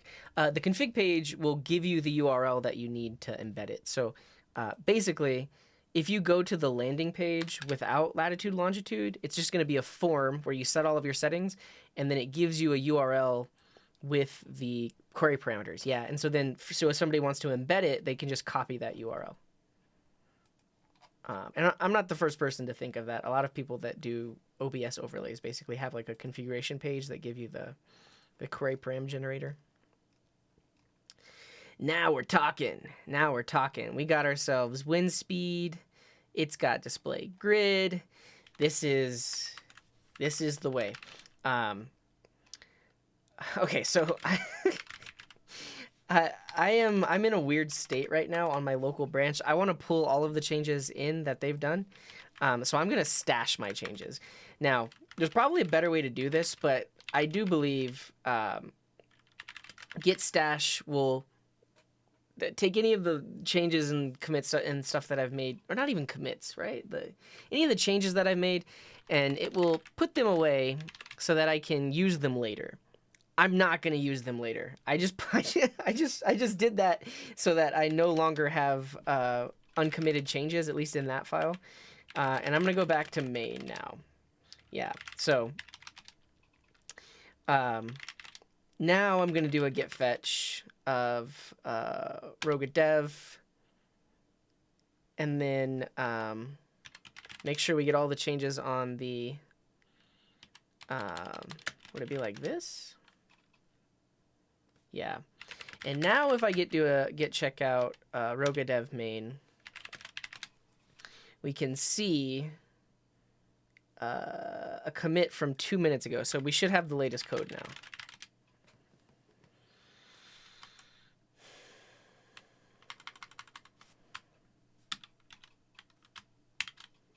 All right, moment of truth. This should fade out to kilometers per hour, and this should fade out to Celsius. Wow, it's amazing! And then it disappears. Great. Sorry, Drills. Get out of here, Drills. You've done enough. You've done enough. I appreciate you, though. Oh, nice. You updated that as well. Yeah, beautiful, beautiful PR. We had real-time collaboration. They updated these variables. It looks great. I love it. It looks great. I'm going to merge it in. So now you can see, yeah, I'll definitely merge your one that has the ESLint config. But you can see there's a flurry of activity on here. And we counted earlier, there were like 14 commits. Now there's probably like 16 commits. What we want to do is we want to take all 16 of those commits. And actually, you can see it here if I do a git log. Oh, welcome in, Ched. There's all these commits where Drills was making updates and Ryan was making updates. I don't want all of those commits to be on main. Because if you look at main, I literally only have 3 commits on here. So what I'm going to do is I'm going to squash these commits. And I did request changes, and now I can click resolve. So earlier I commented, I was like, hey, remove that space. They did, so I'm going to resolve this and resolve that. So all of the requested changes are good to go. How can I? Now I can approve the changes. I technically didn't even have to approve the changes. I could have just merged. How do I feel about rebasing? I have never taken the time to even try and understand what it means, but I think basically what oh no, not this. What I'm about to do is a rebase. I guess I kind of understand what rebase does, but when you're merging a branch, GitHub usually takes care of it for you. So like a rebase and merge, I believe would merge without a merge commit. But I'm going to do squash and merge. So you'll notice that when I do squash and merge, and click this button, it's literally going to have the text of every single commit. Co-authored by Drills. Do we have the co-authored by Ryan Roga too?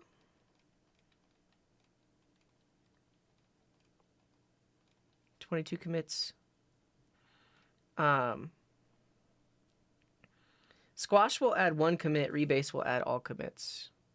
Yeah. So here's the thing. This is how I understand rebase. If you look in my repo, I merged this commit from Mark Boots. I think technically the Mark Boots commit actually did happen before the other changes, but let's say Mark Boots made a change today, and I merged that first before merging this pull request. A rebase would like reorder the commits so that and like also like merge into this existing branch the commits that it's missing, and it would have them in the right order. Something like that. But honestly, you don't even really need to worry about it, because just delete the repo and recreate the branch. I don't know. We're going to do a squash and merge. And I'm going to get rid of all this extra text because this commit message right here explains everything that they did. There was a lot of other changes, but ultimately that's what they did. They add the time unit toggle. So I'm going to do squash and merge. And yeah, and I guess technically we should put a little sparkles emoji right there, because this is a new feature. And then squash and merge. Here we go, moment of truth. Now watch what happens. Because I squashed it, if we go back to main, we now see that entire flurry of 21 commits is all wrapped up into this one little commit. And the other aspect of this is when I click to view the changes, I can see all of the changes that happened through those 21 commits in a single view, right? So right here, I can see this is all the stuff that changed, but I don't have to look through 21 individual commits to see every little change. I can see all of the changes all in one go, which I like. Yeah, and if you wanted to squash locally, that is where I do believe you would do an interactive rebase locally, something like git. I don't know the commands. I'd have to look them up, but it is possible. And it's a similar UI to not UI, a similar process to what GitHub gives you. Basically, in the terminal, you're going to see all of the commits, and is it git rebase interactive? Is that what it is? And I need to be on a branch of some kind, but basically, it'll show you all of the commits, and you can pick which ones you want to squash. In this case, we squashed all of them, so you would pick all of them. And then when you run it, it turns that into a single commit. Now, that should be done on a separate branch, because if you did it on the main branch, then you would very likely have to do a force push because you are actually messing with Git history in that case. So yeah. Since the order in which you commit or merge stuff affects the code base, is it safe to do many multiple commits at once? I think we're talking about the same situation. I think you would still like you can have a bunch of commits, but if you're going to be merging them into the main branch, you're going to want to squash those beforehand. So if the main branch has moved on since you created your branch, a rebase will put your changes after the latest commit so that it maintains the order. Yes, that was my understanding of it. But like I said, haven't done it that often, but that gets into the scenario where like you merge something that was actually done after the changes that haven't been merged yet, but then when they rebase, it makes it look like their changes come after that change. Yeah. I don't have any plans for Advent of Code. I might do like one or two of them, but I never really have the time to do all of them. Now you have one commit under contributions. Yeah, but this is the other cool thing is like you can see all the collaborators because we have Roga and Drills listed here, and then also Mark Boots. They did their own commit. But I believe if we go to insights and contributors, now we should have, yeah, look at this. We've got multiple contributors. It should, America 2050.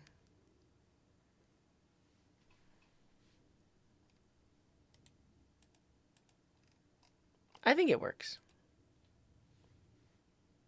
You just tried to add something to me to the read. What do you... Wait. I don't know. Okay. Add temperature unit param.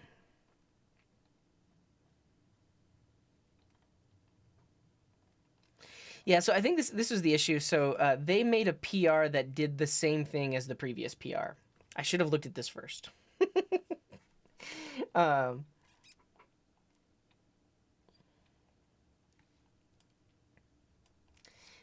Yeah, this one's gonna need some reworking because, but I mean, I like the change. It's just they're gonna need some reworking because we already merged those previous changes in. But their change was they added another query parameter, so you could say something and unit is C, and now that would only display Celsius, or unit is F, and that would only display Fahrenheit. So I'm just gonna add a comment. I merged the changes from Rogadev and I like the idea of a unit param, but please use the new changes as a base for your commit. I mean, ultimately, what I'm saying is merge their changes in, but they're gonna have to update everything. Unit query param. Cool. I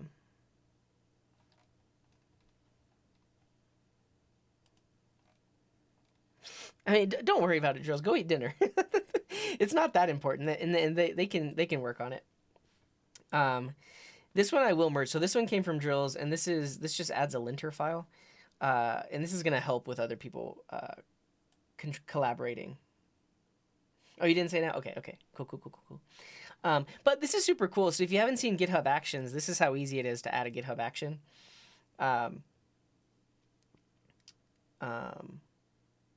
Oh, do I want? Yeah, I think I do, but I do. So I won't merge this right now. Again, don't work on this right now, Drills. You got other things to do. I appreciate you. But this is cool to see because basically what this does is on every... I don't know if this does it on every pull request. On push. I think this does it whenever there's something merged into main. Or does it on every pull request too? So every single push, I guess to a. But what does every push mean? Every push to main, right?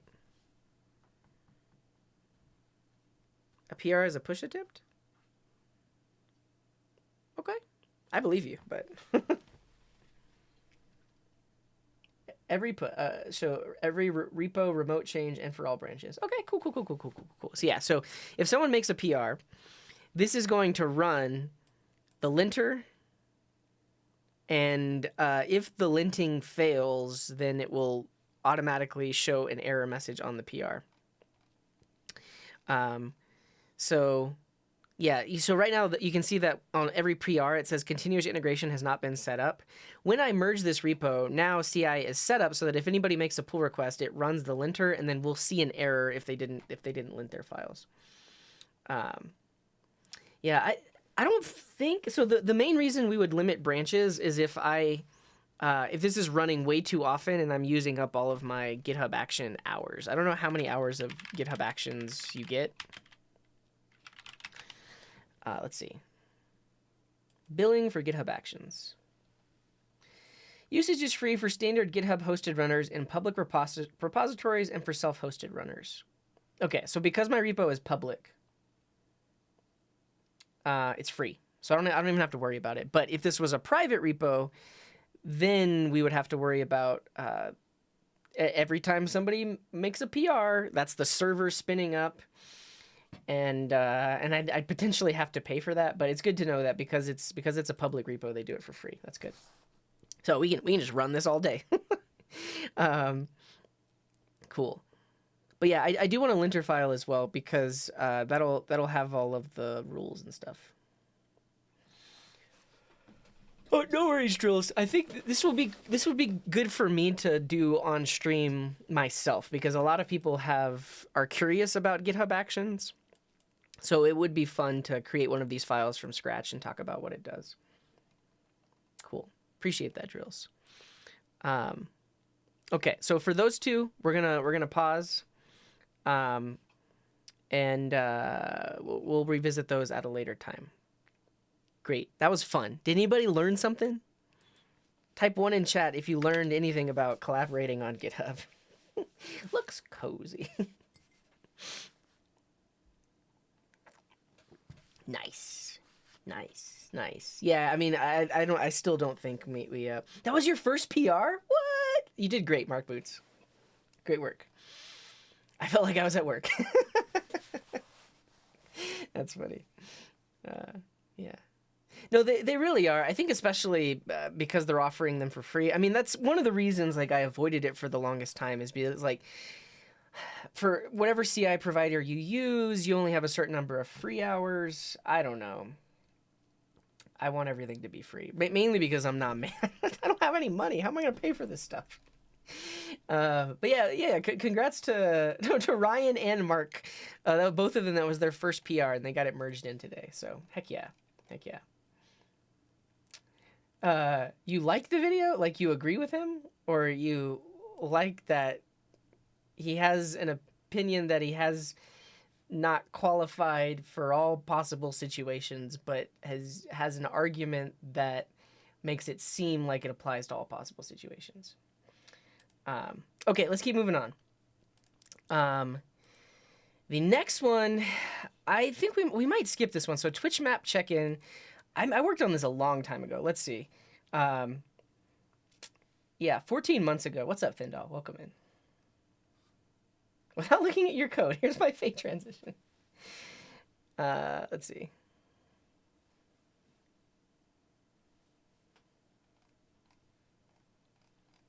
When does it happen? Oh, I have to click. I see. Yeah, it's about the same as what we did. I mean, you've got a grid.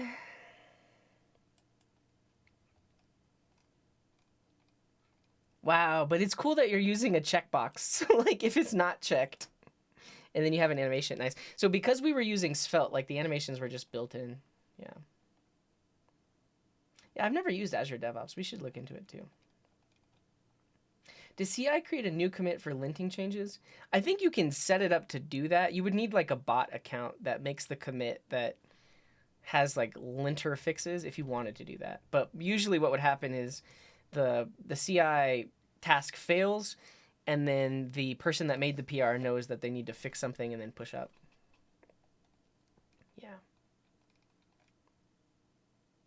Welcome in, Miles. maybe Shulman. I think that's probably a topic that people are interested in. But I have talked about it in the past. Let me show you where I talked about it on GitHub. Coding Garden open source. Here. So in this video, it has timestamps too. So I talk about finding a project to commit to, making sure you read the README, making sure you look at the community guide and code of conduct, look through the contribution guidelines, make sure you understand the technology, coding patterns, and style guides, how to get it set up locally. So I talked about this a long time ago, but maybe we'll do a more recent updated version of that. Okay. I forgot we even did this, but this will actually be fun to pull out really quick. So Twitch Chat Map Check-in was an app that I built 14 months ago.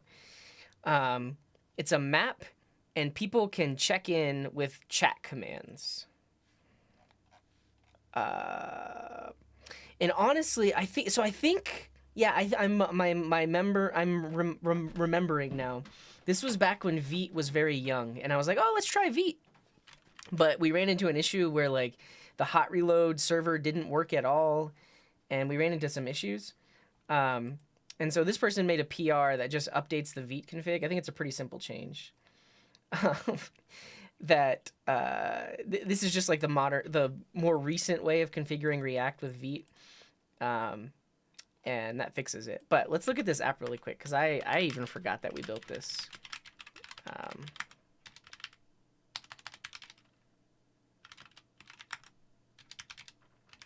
There are a lot of graves. I mean, I wouldn't call this a grave. I mean, this app works. Wait, what happened? Why are there so many changes? Oh, I wiped and reloaded my computer since then. And I do believe... Check this out. I think it has to do with... Yeah, like the file mode being changed. I don't know. Here's what I'm going to do. I'm just going to remove Twitch map. Wait. There could be changes in there that I did off stream. Why is there a .old folder? Let me just look at this really quick.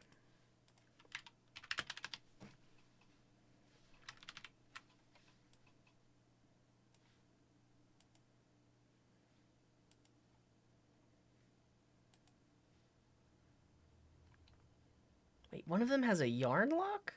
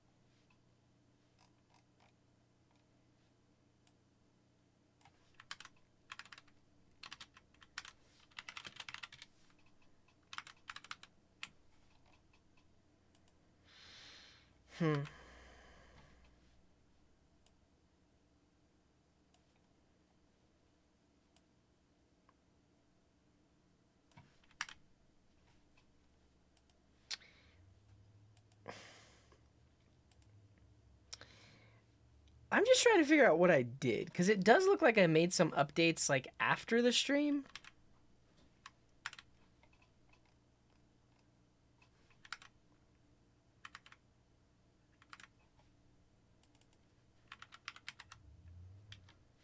Oh, did I just remove Vite after the stream? I think that's what I did. And then I never committed it. So like, yeah, this PR is moot at this point.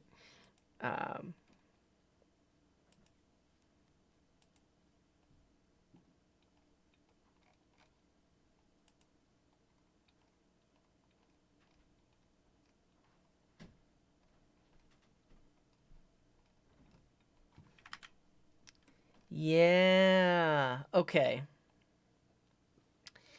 Um, tiny little seedling. Okay. I I don't think this is something I want to do on stream, but basically what had happened was when I wrote the thing on stream, we tried to use Vite. And this was very early days for Vite. And we couldn't get React Auto Reload to work. And then off stream, I was like, the heck with this. I'm just going to use, I think I used Create React App instead. Yeah, Create React App. And, but I also added new features. So that's a thing as well. But really, what I probably need to do is just like delete this old folder.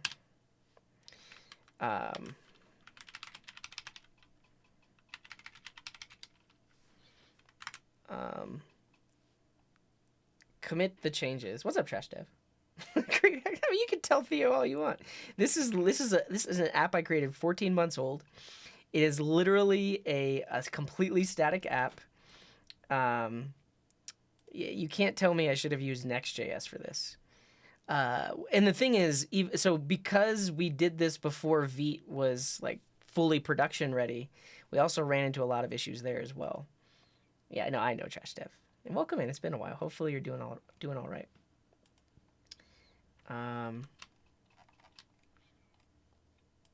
So I think what I'm going to do is I am going to commit these changes that I never committed, and then we'll convert to Vite.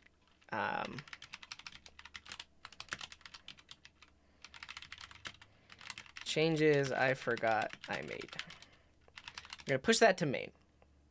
I guess I should have tested it as well. But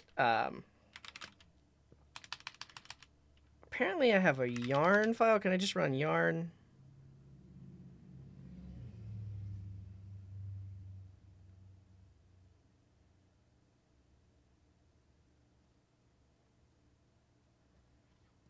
I keep doing, I don't know why I do this. I think I started doing this because I thought it was funny, and now I'm doing it subconsciously.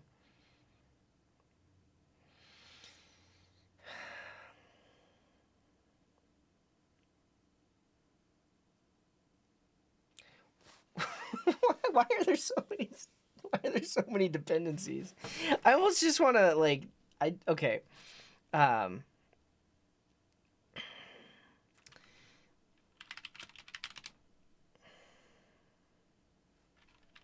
Yarn start.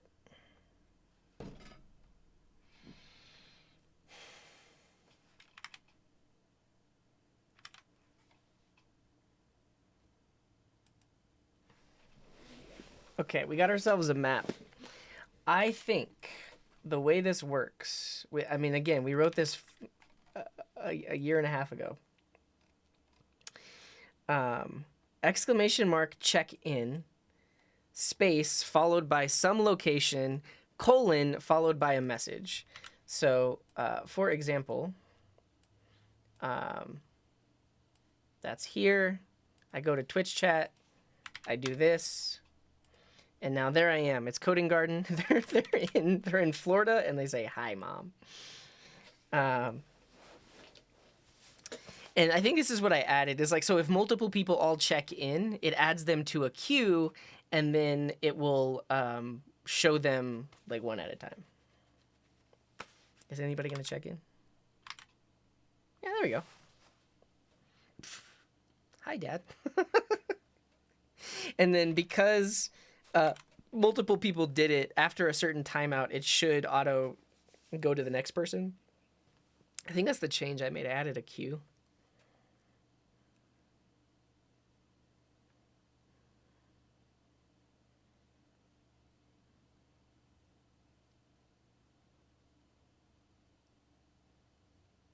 There's somebody. Okay, maybe it's just broken. State updates from useState and useReducer do not support the second callback argument. React is dumb. Okay, the app is apparently it's broken because it actually it's supposed to animate between all of the other check-ins, and it's not doing that.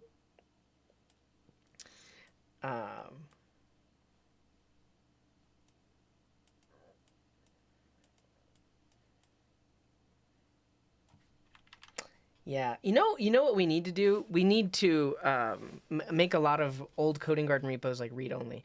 This is a cool, like this is a good idea for an app, like to be able to check in on a map. But we worked on it so long ago that if we did it today, we'd do it very differently. I guess that's true, Jenk. If you're using Google, they already know where you are, anyways. This was fun to have as a like an intro, like getting started screen. So as new people are coming into the stream, like they can pop up on the map. But let's just talk about why React is bad for things like this. So first of all, I have a use effect that should only run once that connects to TMI.js. Now, technically, if I was doing React correctly, I would also need to return a function that actually disconnects TMI and stops listening for the message command. Because right now, it's very likely that this listen for message actually gets invoked twice because of use effect. So that's one thing.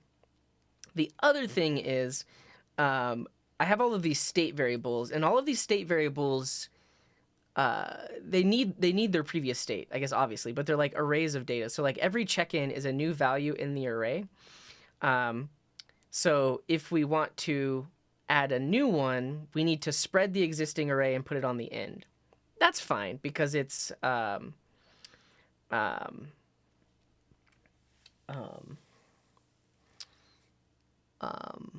it's immutable. So we need a new array, but I guess like the issue there is I was using a callback function because I want the previous state. And I think that's the error message that React was throwing, is that like I can't do that. But then the other issue is like if I didn't want to use the previous state function here and I wanted this function to just be dependent on that, I could put those as a dependency and then I could just spread their existing value. But the issue with that is I would continually have to disconnect and then reconnect to the TMI client. Because yeah, like A7 Wyson is mentioning, you could do client disconnect, but if you did that, and especially if this was on a channel with a lot of messages, you would miss messages within the milliseconds that the client disconnected and then reconnected. So that doesn't make sense. I mean, it makes sense, but it's like it doesn't work for this scenario. And then the other thing is like because I now have a queue that I'm going through and I want to show only the latest one from the queue, I have the use effect that is dependent on the first value in that array because it's being queued up. And then this function will rerun if that the queue value changes. I think all of this to say that like use effect is really clunky for trying to do something like this. That's all I'm saying. That's why I'm saying React is bad, and why I'm saying like I don't like having to code it this way, because like if I used, for instance, Svelte or even Vue, I could have a watcher that I know is only going to run when the dependencies change. I don't need any sort of cleanup function. I don't have to manually specify the dependencies of that use effect. Yeah, but yeah, Alka is asking why the reconnect. So use effect, you are supposed, when you use use effect in React, you're supposed to return a function that's like your disposal function, that basically releases resources. And in this case, the resource that we have is the fact that we have a message listener on the client. So technically, when this disposal function were to run, like I didn't add a disposal function, but I should. When it runs, we should technically remove the message listener, because this is going to run again and re-add the message listener. And so by not doing that, if this use effect were to run twice, I technically have two message listeners sitting there behind the scenes listening for messages. So that's one issue. And then the other thing is like I wouldn't want to disconnect the client, because if I disconnected the client in between like disposals, then you're potentially missing Twitch chat messages, because you disconnect on disposal and then reconnect, and now you potentially miss messages in between the connect and the disconnect. I mean, depending on the channel, you wouldn't miss that many, but that would be a thing. So likely I would want to keep it connected and then just have like an if statement that says like, if it is not connected, then connect. But I don't even know if TMI has like it probably does, like an internal thing that tells me whether or not it's connected. Yeah. Yeah, and then you could have two, but that's the other issue too, though, right? Is like in the most recent React, when you're running locally in development, your use effects actually run twice because of the strict mode. So strict mode remounts your app. So when you're in development, this will actually run twice, even though in production this would technically only run once. Yeah, but all I'm like, you could figure out the right way to do it, but all I'm saying is like it's not intuitive, and it like just it requires so much brain power just to try and like figure out the best way to do this use effect thing. And you need the disposal functions, and you need the manual dependency arrays. It's just not good. I don't like working with it. Okay, then just remove strict. Yeah, I don't know.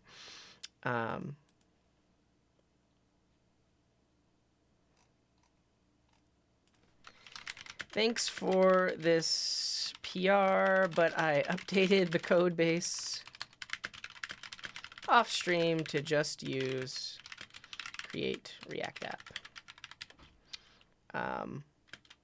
I will likely make this repo read-only. Cool. Yeah, archive this repo. I don't know. This would be a cool project to keep updated though, because just having, I'm sure there are other streamers that would want to use this, right? You have a browser source with a map on it, and then people can check in as your stream starts. It's pretty cool. But for now, I think we are going to we're gonna make it read only.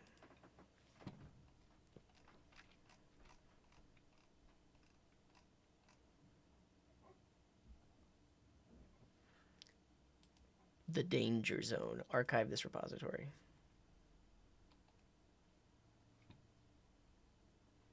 Please type this to confirm. Does anybody ever do that? Just copy paste?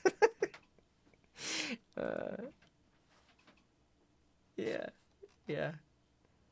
Cool. There's the option to unarchive it. But in the meantime, I think this is like what we're gonna do going forward on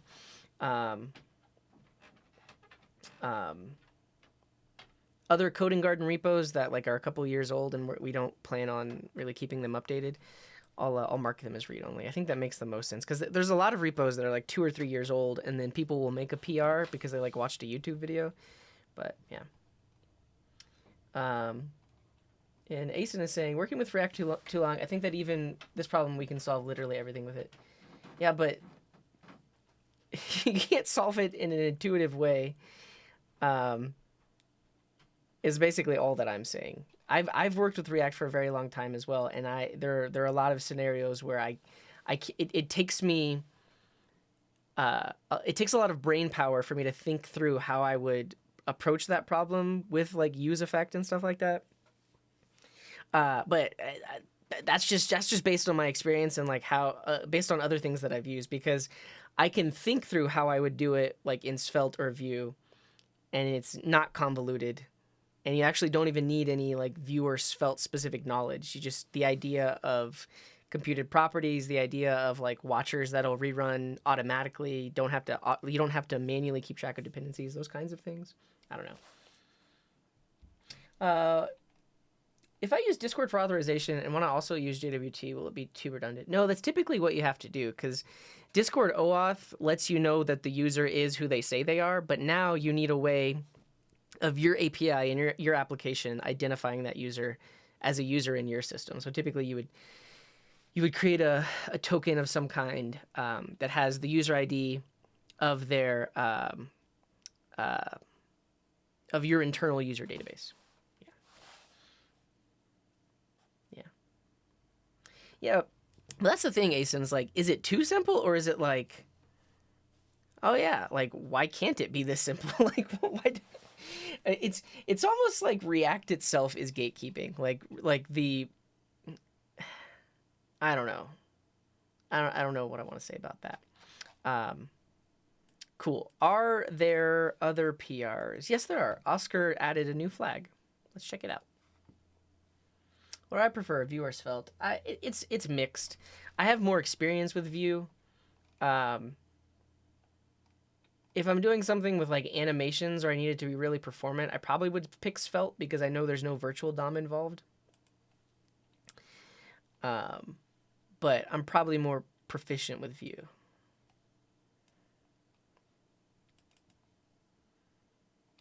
Isn't that the abbreviation for Alexandria? Isn't it? Well, here's the thing. The ISO 3166 specification, I do believe there is a sub-specification. Thanks, Murdoch. Vue is the best front-end framework. Changed my mind. Well, Alexandria is the... is that a city? That's not a city, is it? It should be a country or a province. If it's a city, then it needs to be inside of a subfolder. But if you look up... Well, not that. It is a city? Okay, then it needs to be in an even further subfolder. No, come on, Oscar. But if you go and look at... Yeah, so 3166-1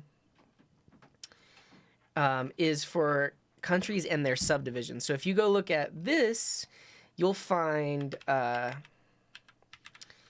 Egypt, and then if we go into it, we can see its subdivision, its further subdivisions, I do believe. Yeah, here. So the country entry for Egypt, and then we can see all of the subdivisions. So I would want to stick to this naming convention. So it's a governate. Is Alexandria in here? It is. So, well, yeah, Oscar got it right. So you can see here, this is the ISO 3166-2, specifically for Egypt, which is EJ, and it says ALX is the abbreviation.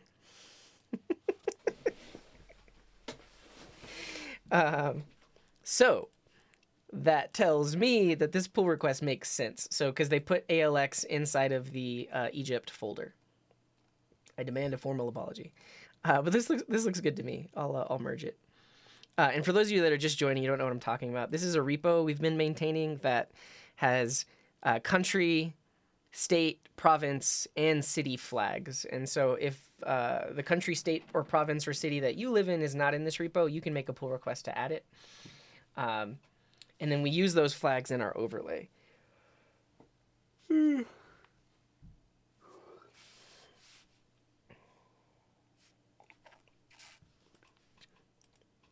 Okay. I'm going to set a 3-minute timer. Does someone have a pull request open that they want me to review? Because if not, we're going to move on. We're going to move on to updating my gear page. So this is a page that has all of the stuff I use to stream, like my camera and my keyboard and all the stuff. We're going to do that next. But in the next 3 minutes, if you don't tell me of a pull request you want me to review, we'll save it for next week. Yeah, that's the next thought that I had, America 2050, is like, Oscar, since you're already adding Alexandria, maybe you should go in and add the rest of these as well.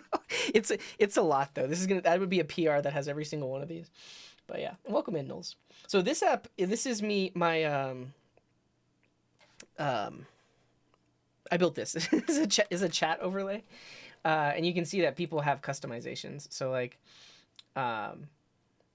you can set your country flag. The icons are broken right now because of my build, but that icon's not broken. You can set your pronouns. You can set a status. All of this is the custom app that I built. Yeah, look at Alka. He's got the After Effects. He's got the Houston flag. What about this one? I'm literally... Wait. Did you open another one?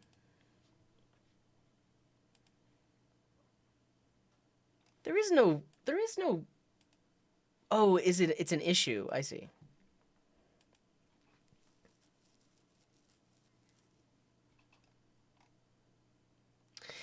I see. Um, yeah, you can go down to cities now. So like, I mean, I guess I don't have mine on there, but well, I think in my demonstration I set mine to Colorado.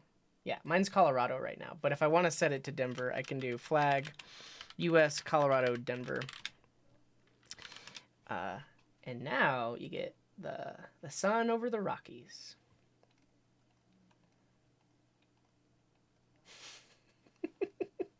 I built this. This is mine. I did it. Okay. I like the idea, but I think this will take up too much space. Hope you understand. With love and respect, my name. It's because your name is Oscar is the reason. I can't. Welcome in, Torafune. No, I mean we've written some code. We've mainly just been reviewing the code that people have requested to be merged into my repo. So I am going to merge this in. So basically, what Oscar did is they added the Alexandria flag specifically to this repo. So looks good to me. We'll merge it. It's a single commit, so I don't have to worry about squashing. Cool. I think at this point we're gonna go work on my gear page. Though I am curious if the Milwaukee People's flag is available, because that got merged in earlier today. Now I guess maybe my backend is.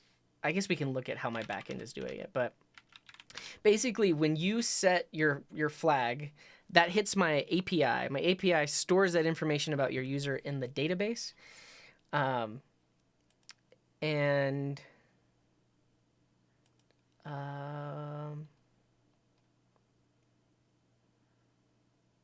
I literally cache it and then never do it again. So I actually it's not going to work until my backend is restarted. Milwaukee is a city in Wisconsin. Milwaukee. Milwaukee. And Kuklio, welcome in. Like I said, Oscar, if you have a PR, happy to look at it.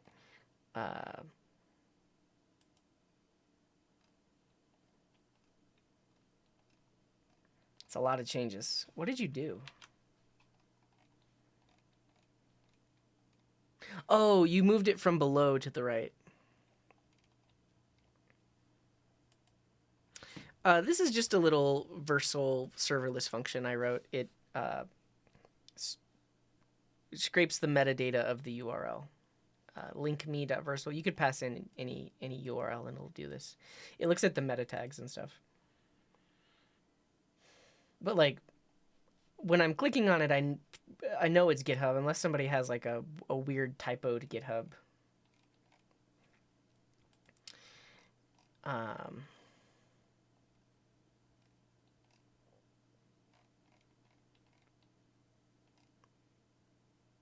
Oh, I see.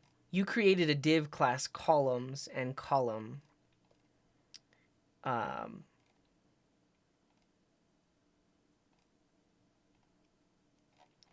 Where's that coming from? Did we use Bulma or something like that?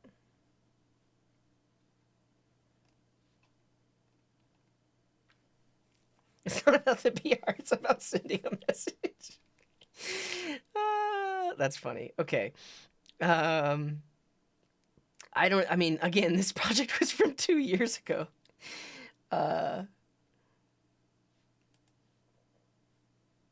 So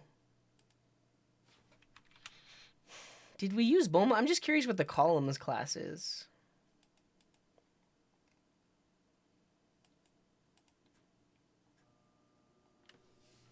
Yeah, we use Bulma. Okay. The PR is from 2 years ago?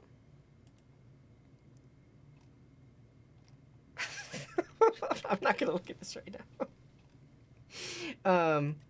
Yeah, I forgot that there are PRs on this repo as well. So this is an app that we made for uh, April Fool's Day. It's an extension you could install in either Firefox or Chrome that drives people crazy. It like plays random notifications, blurs the page, makes every link a rickroll, changes the font to Comic Sans. So people have some PRs that do other things like slightly tilt the page, um, add random lag, and a hair. Does the hair just put a random hair on the page? And Namaste Geek, thank you for the resub. You say, thanks again for the stream yesterday. Reviewing the frequently asked questions was interesting. Learned a couple of new things. Oh, glad to hear it. And thank you for the 15 months. Appreciate you. What does hair do? Okay, so there's literally, I think it makes it look like there's literally a hair on the screen. That's fascinating. Okay, I think I'm done reviewing PRs for today, but we'll save these for next week. I'm gonna review more PRs. Do I know the answer to your question? What? Is there any way to see your open? Oh, let me look into it. Let me see really quick. There might be. I've personally have never done it, but let's see.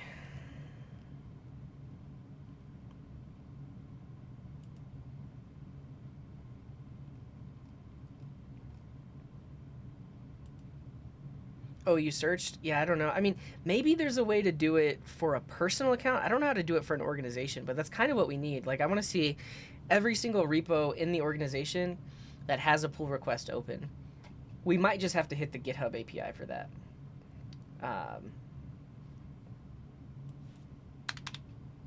That could be a fun little project too.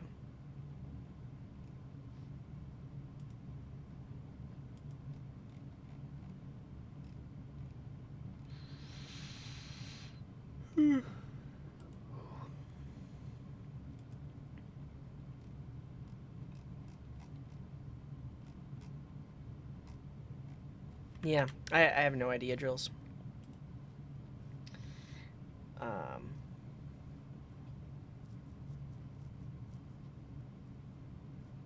Oh, sure, Murdoch. Which one is your animated seedling? Can you link it? But let's update this page. Actually, I'm going to take a quick break, but then I'll come back and I'll talk about my gear. I probably need to fix this and if it's an image.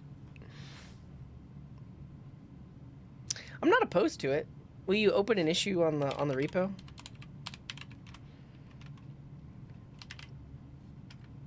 I think it's seedling drop.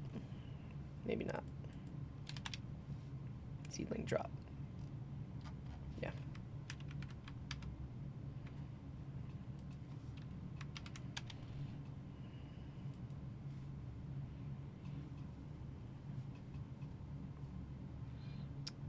Is pull request. The author of the repo is me. Sort by recently updated, or sort by oldest.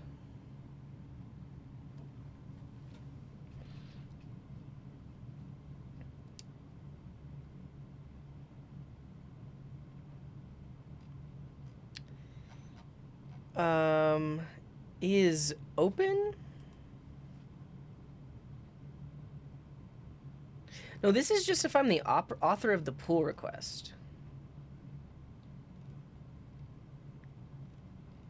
Yeah.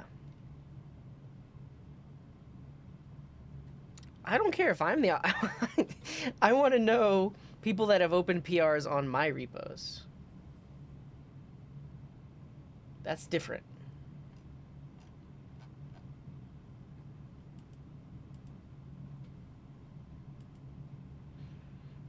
Possibly. I think it has to do with...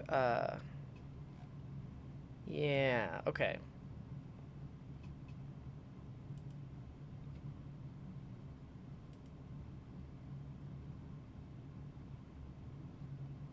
This is it. Thank you, Vedith. 4 pages of PRs. You can see the PRs that go back to 2018 as well. We'll have to make this a weekly thing as we go through archive repos and close 2-year-old pull requests.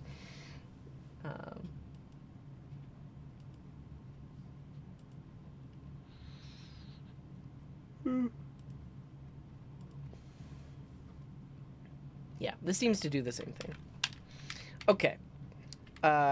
Let's, like I said, I'm going to take a 2-minute break. When I come back, I'm going to go through my gear, and I'm also going to update this page because, as you can see, the keyboard I'm using is not the keyboard listed here. The keyboard I'm using is on the page, but I don't mention it as my main keyboard, so I'm going to update that. I'm also going to add a lifestyle section. It just talks about like the backpacks that I use and maybe like foods and stuff that I enjoy. So I'm not streaming on Friday. I'm streaming on Thursday because on Thursday I am getting the flu vaccine and the COVID booster. So I expect I'm going to be out of commission on Friday, which means the typical Friday stream got moved to Thursday. I'll probably run a rerun on Twitch on Friday. But the idea for Thursday is we're going to be wrapping up Fresh Spots. Now, we're not finishing Fresh Spots, but we're moving Fresh Spots into a place where it will be open and available for people to make pull requests. And we have quite a few issues that need addressing. You have the flu, Murdoch? That sucks. Hopefully you feel better. I want to be the one to close them, Drills, just because I feel responsible for leaving a pull request open for 2 years. I want to take full responsibility for alerting someone 2 years later that I'm closing their pull request. Yeah. But if you look at our Trello board, we just have a ton of like tickets for like technical debt and chores. So we're going to get it to a point where I'll be accepting pull requests. And if you want to get some experience collaborating on a project, this will be a good place to do that. If you're like a newer dev or maybe you're looking for something to do, that's basically what Fresh Spots is going to become. It's just a place where we can make, where people can help contribute to it. I think the other thing is, so we started this app like 3 months ago before Dino supported most NPM modules. So there's also quite a few things in the code base that we could actually rip out and replace with Node modules, like things that I wrote from scratch or that Oscar wrote from scratch, and we can just switch to a more maintained library. So that's a thing as well. But we're gonna just set all of that up and talk about that on Thursday, and then also we're gonna watch some old tech videos. We did that this past Friday. We watched Computer Chronicles. We watched an episode from 1998, which was how to build a website. And so we're gonna do that again on Thursday as well.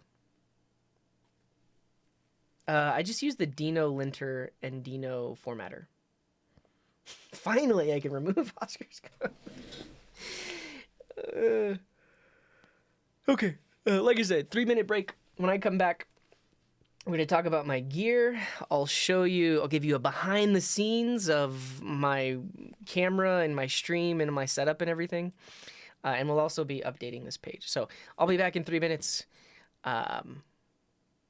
Enjoy this music.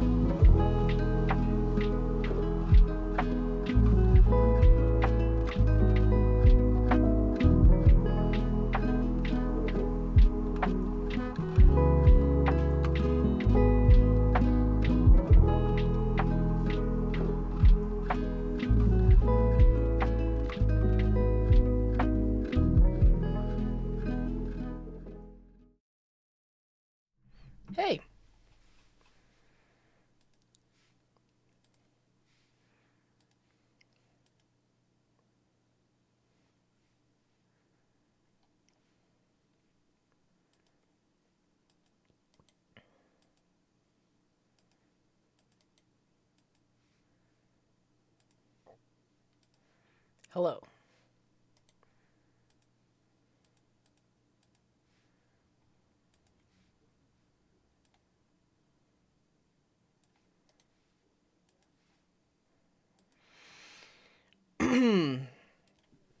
All right, I'm back, and we're gonna update the gear page. This is an open source app too, and the repo is here, coding.garden.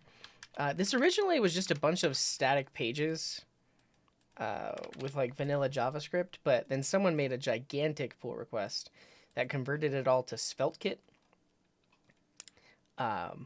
And so that's what it is now. Let me kill all this. And then locally,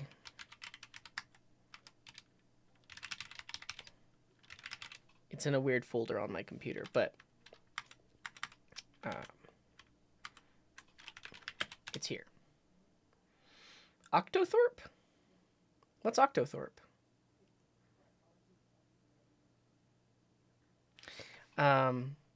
Honestly, I mean, okay, so I do believe... Hashtag? What about hashtag?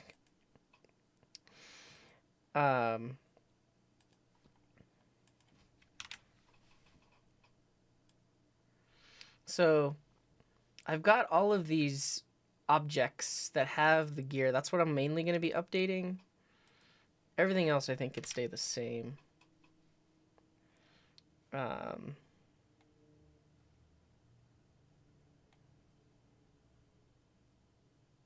Cool. But what about Octothorpe? Why would that be on...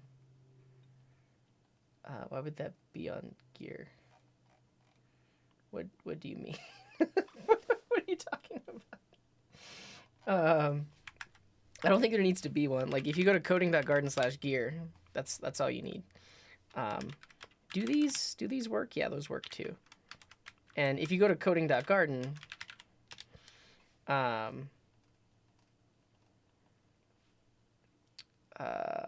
and you go here, that works. Though it does break some of the styles. I'm not going to worry about it. Oh, like section headers. I see. No, because I only want to be working on this for like 30 minutes and then I have to go. So we're simply just going to update the content and we will update the code itself in the way that it works later. So if I do npm run dev, is that going to start? It starts Vite. Cool. And then we're here. And then we're on the gear page. Great. What I think about Vue, I love it. Check out the frequently asked questions. You know what we need? We need a command where I can do FAQ Vue, and that will automatically find the answer in the frequently asked questions that matches that search term. But yeah, if you go to frequently asked questions, there's a section on tech preferences, and then I talk about why I like Vue, and then I link off to some videos where I talk about why I think it's better. Or not why it's better. Yeah, some of it is why it's better than other things. But yeah, I do like Vue a lot. It's my favorite. All right, first up, let's fix the keyboard because the one that I have listed as my main keyboard is not my main keyboard. So this Red Dragon K552, I still have it and I use it every now and then, but it is not my main. So I'm going to move that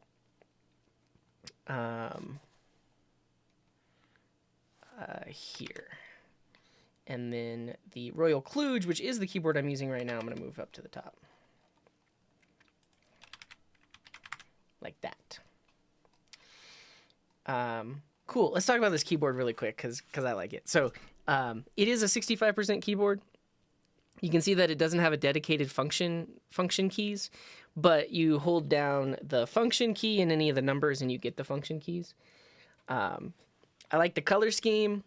I like its portability, and it's a 3-in-1. So on the back, you've got you can turn wireless on and off, and then you have another switch to switch between Bluetooth and 2.4 gigahertz. So If you're using 2.4 gigahertz, you just plug that in. It instantly connects.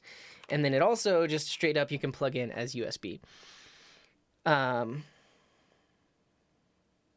and exactly. So if you look at it, it has the function keys labeled, so you don't have to guess. And they also work as media keys as well. But I like it because of the 3-in-1. It's portable enough, like it's as portable as mechanical keyboards get. But I also have this case that it fits into, and lets me take the keyboard wherever I go, so I can annoy all the people around me with my mechanical keyboard. But right now I am using Bluetooth because my laptop is on the other side of the room. I used to just use USB and plug it directly in. Yeah, take it to the park, exactly. 65% is the size of the keyboard, so the fact that it's very condensed, it doesn't have a dedicated function row. It has, like, all of this is very condensed over here. That's in contrast to, let's see, like this one. So you can see this one is way less condensed. This one has like a dedicated area for the arrow keys, a dedicated area for all of these like keys, and there's function keys and there's number keys. This is harder to see because of my blue screen. But this, what's the percentage of this one? This is the Red Dragon. Is this like an 80% keyboard?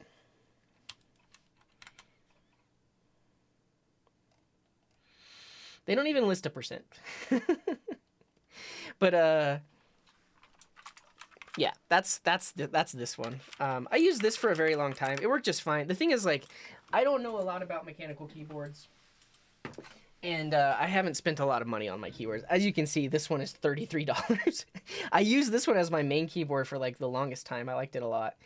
And then I also have a smaller one, which is this one is, wait. I can't believe this one is 65% because this one's bigger and it's listed as a 60%. But you can see this one has dedicated function keys.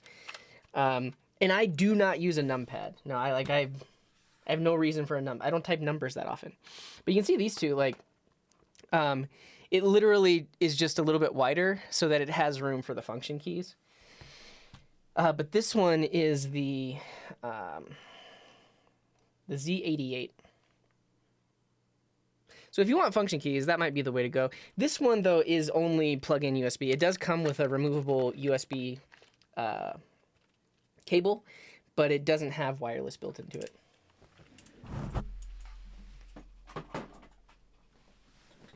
But this is the one I'm using all the time now, and I take it with me if I'm going to take my keyboard with me. Wait, there's two enter keys? Oh, on the I see. The enter key on the numpad behaves differently. I see what you're saying. Cool. I need to update the I need to update my laptop stand. But yeah, that's funny, Murdoch. I have a minor in mathematics. I didn't hate it, though. What was it? Discrete mathematics? There was one math that was just ridiculous. It was just like, why does this even exist?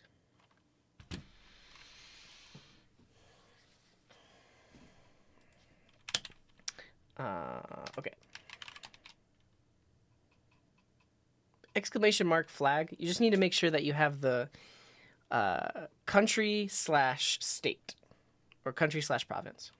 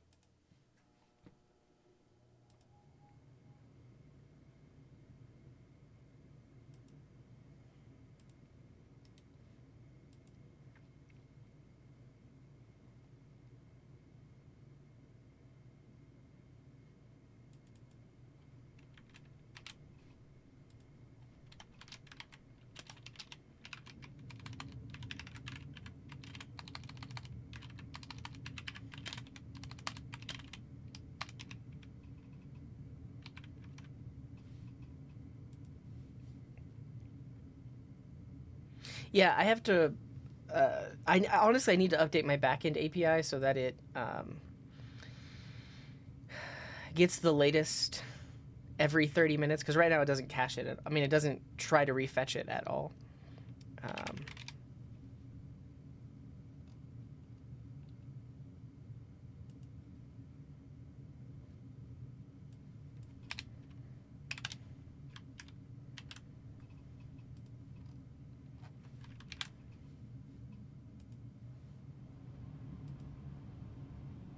Welcome in, Codex.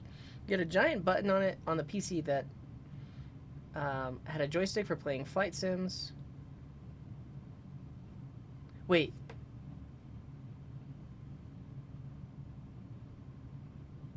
What did the button do? Did it reset the computer? I don't have videos on freelancing advice. I've never really done freelancing. I've only worked at like a consultancy. So it was a power button. So you're like, rage quit. Okay, this is the laptop stand that I have. It works really well. So it collapses down real nice, goes like this, and then what I like about this is it can be very, very vertical, like this. So if you like your laptop screen to like really be in your face, it can be nice and vertical like that. For whatever reason, they only have it in the color black now, which isn't the end of the world. But this is the one that I use. Your laptop's too heavy for this, but I need to update the link because the existing link does not work anymore.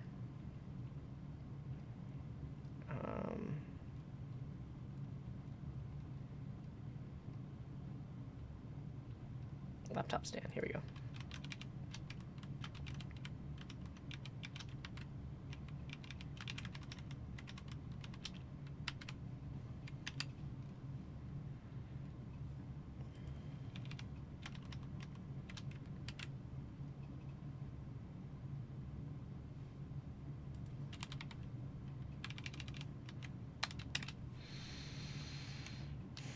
Cool. I'm not technically using it on this desk because as you can see I just have monitors, but my laptop is on the other side of the room and it's using, I have two of these stands. It's using that stand. So that's a thing. Okay.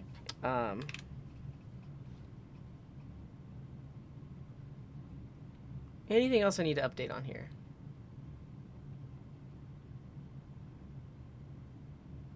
Well, that's insane, Codex. Was it just like a misconfiguration?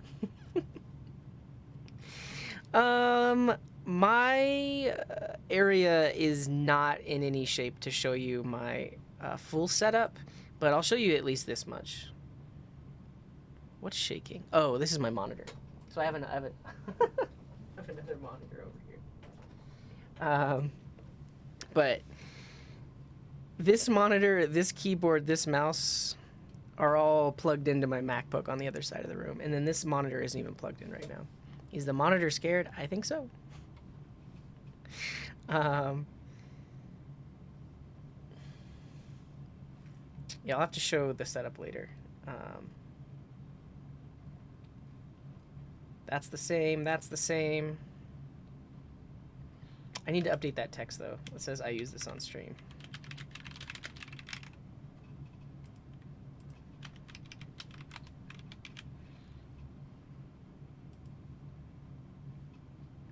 Oh, it went on clearance automatically. That's cool. Why is my mouse on the other side? Check out the frequently asked questions. We talked about this yesterday, but I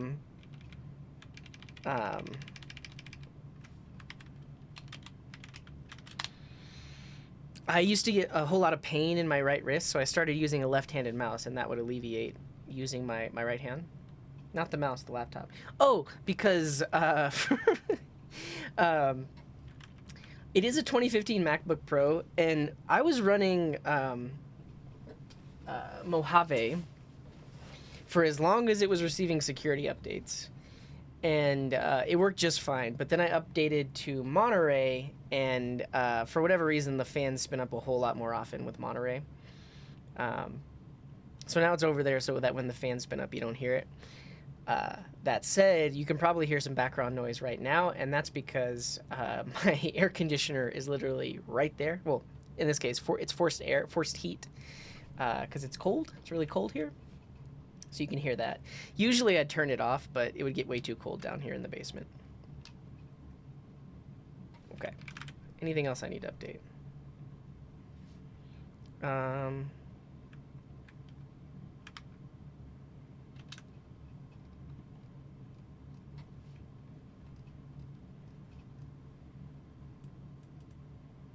Yeah, and if you're interested in that case I showed for this keyboard, it's linked on my gear page as well. Cool.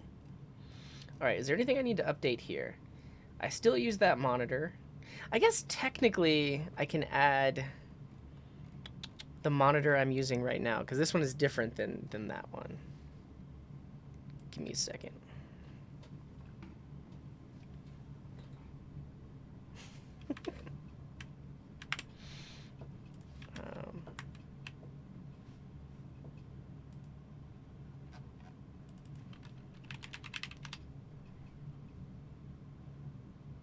How did I learn to use the VS Code keyboard shortcuts? I didn't. The only one that I use is Command B, which hides and shows the sidebar. That's the only keyboard shortcuts that I use.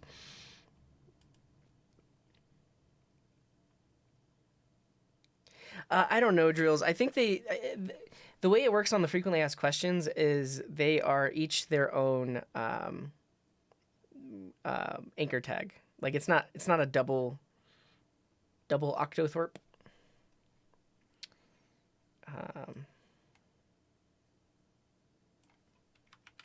Yeah, but I don't want it to work. I want it to work the same way that it works in frequently asked questions. Select on multiple lines. Oh, I guess that's the other thing I use, but that's not really even a keyboard shortcut. That's just hold command or hold down control.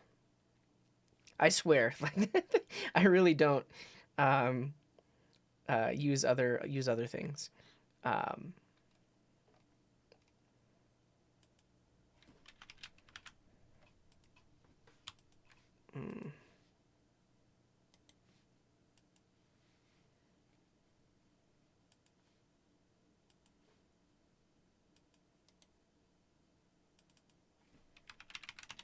Do we have a link to that keyboard shortcuts gist?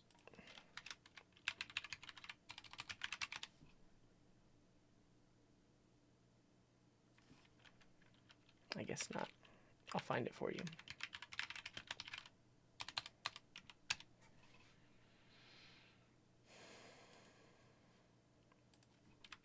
Yeah, and then this link here. Well, I'm pointing to nothing, but that link that I just shared are the global keyboard shortcuts that I know how to use. But in general, I don't use any custom VS Code shortcuts.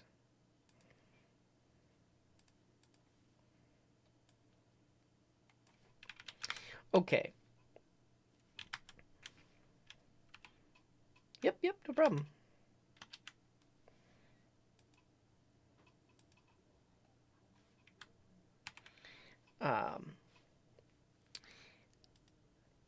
This is my screen. Here we go. Where do I want to add this? I think I will.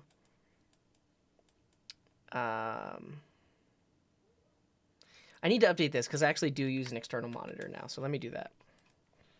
This is a list of all the gears to code and stream. Oh, apparently that's in the configuration as well. This is the laptop I code on and all of the attached accessories.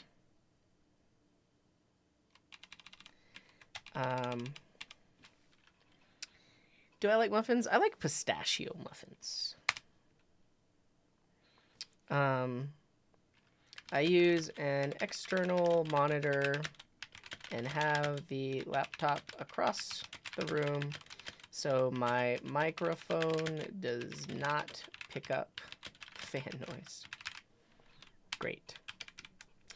And then under laptop, I'm going to add my external monitor.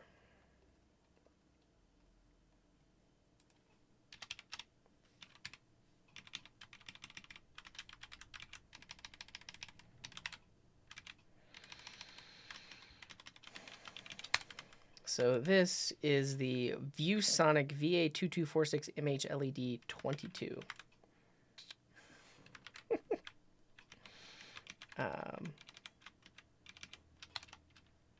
1080p external monitor. Nothing special. Got it on sale.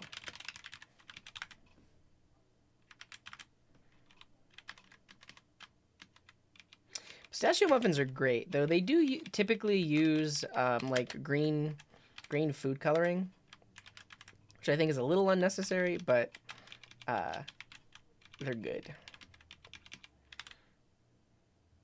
Okay. I know there's a place in here I did a search URL that included my affiliate link. Like this. Here we go.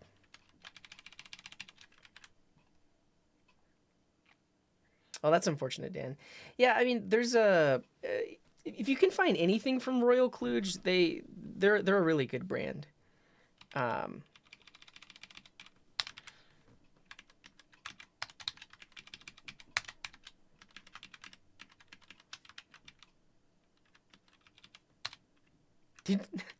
There's no way, Arpets. Did you really get an ad for Sonic the Hedgehog?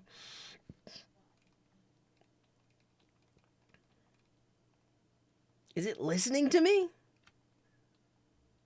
Yeah, Royal Kluge is awesome. I'll show really quick one that a Royal Kluge keyboard I don't like, and the main reason I don't like it is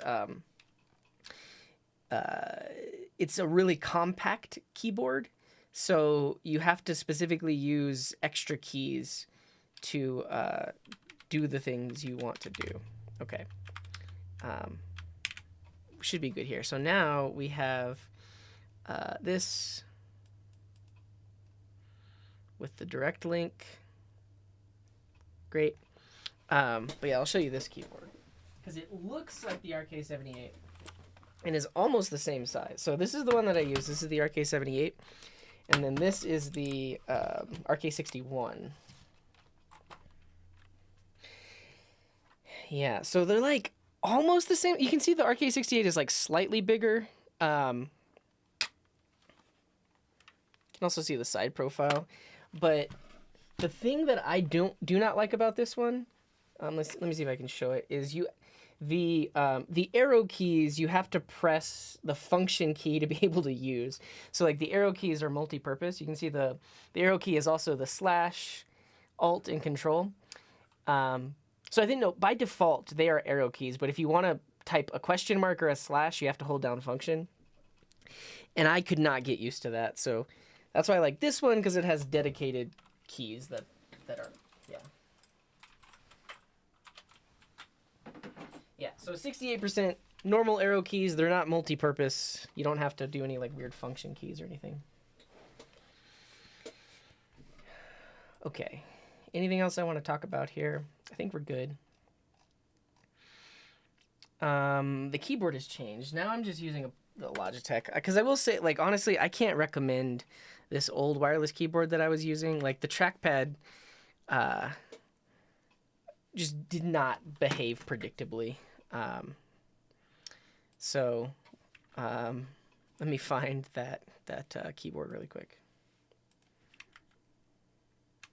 You use that same wireless keyboard? The Logitech K400, yeah. Well, I will recommend one for my that I use for my Media Center PC, which is slightly different because it has media keys. Oh yeah, so the K400 is different.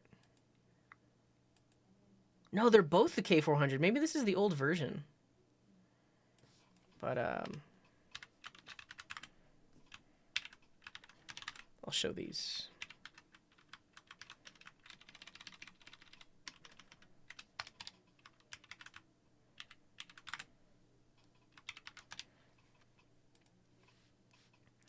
Yeah, so this is actually the one I use for my Media Center PC upstairs, mainly because it has a dedicated, wait, is this even different?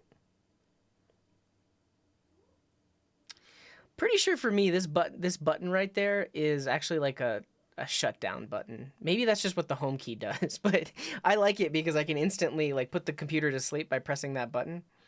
Um, this keyboard doesn't have that, but that's fine because I just use this for my streaming PC. This one. Um,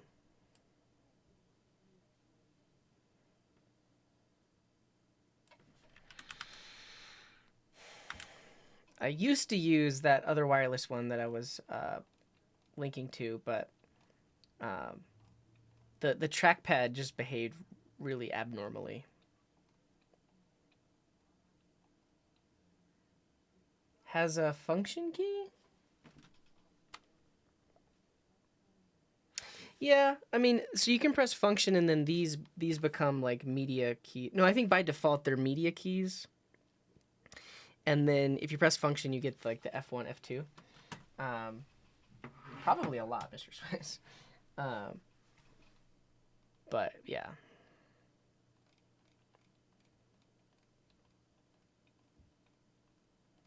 Right here.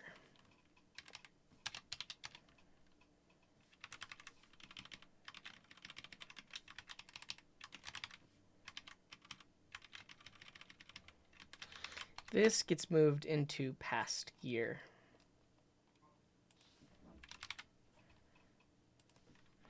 I used to use this to control the scenes in OBS. It's wireless.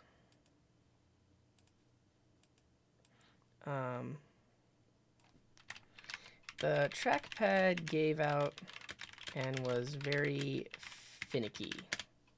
Is that how you spell finicky? I am using Logitech K400 now instead. Here we go.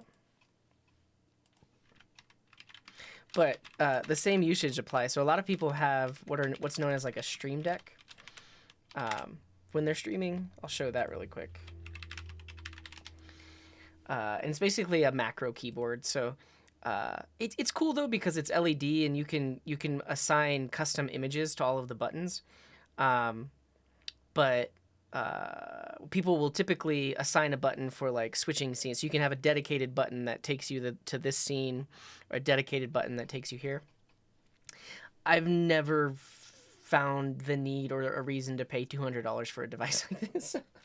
I literally just use a wireless keyboard and I click around if I need to. Yeah, it's very expensive. The other thing I'll show you really quick, if you're interested in that kind of thing, is this app called Touch Portal. Which is free for the base version. They have a paid upgrade, but whenever I remember to set it up, I use this. So Touch Portal is running on my streaming PC, and then I have an old Pixel 3 XL that I don't use anymore, and this just sits on my desk as basically a Stream Deck. I'll show you in a second.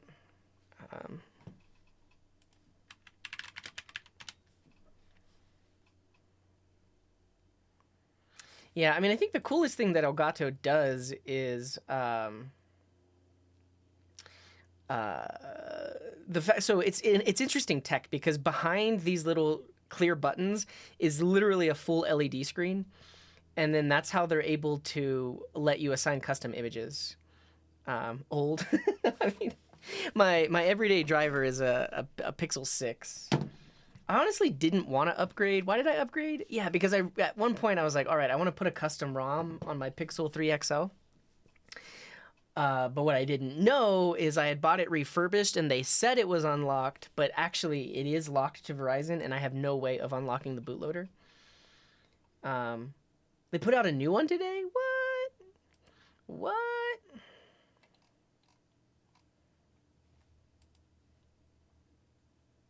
Clips shouldn't be turned off. Stream Deck Mini, Stream Deck MK2? Which one is it?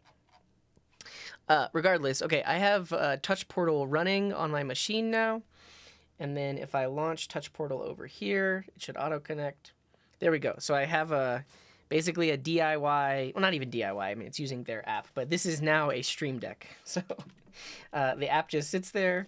I can switch to scenes by clicking on it. So this works the same way um, as a Stream Deck, but you don't need a dedicated device. You can just use an old phone you have sitting around. I think if I go here, does that button still work? I have to update that button. But yeah. Oh, I think I know what you're talking about, Elka. Because people were using it as like a video editing macro keyboard as well, right? Something like that. Stream Deck Plus. Wow, it's got knobs. That's pretty cool. I guess the Stream Deck XL has so many more buttons. Oh yeah, Loop Deck might be the one that I'm thinking of. Why are they showing me lingerie? I don't understand. This is cool. It's expensive, but it's cool. But like I said, I never found the need to get a dedicated Stream Deck. I just use a wireless keyboard, and then now, if I want touch access, I just use an app for it. I've been trying to be more conscious of just like e-waste because I have so many old phones, so many old keyboards. I'm trying to make use of everything without buying new stuff. But you know. What was I doing? I needed to add this here. Okay.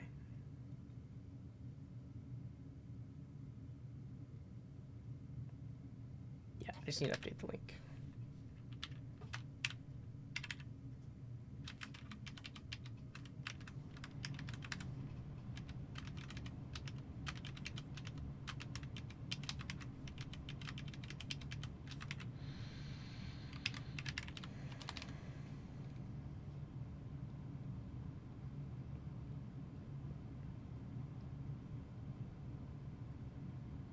Yeah, that makes sense, Alka. Because I know a lot of streamers do have like custom macros and custom buttons for their Stream Deck and stuff, and so that would make sense if you're the one making that for them. You need something to test it on. We're gonna hack Amazon. I mean, not really. I'm just literally gonna get the image so that I can embed it. Come on. That one. That one. Nice.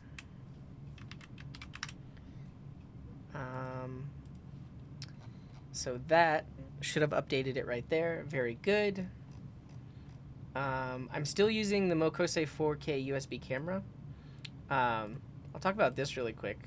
So the camera that you see me on right now is this. It's not a DSLR. It's not a mirrorless. It's not a camcorder or HDMI out or anything like that.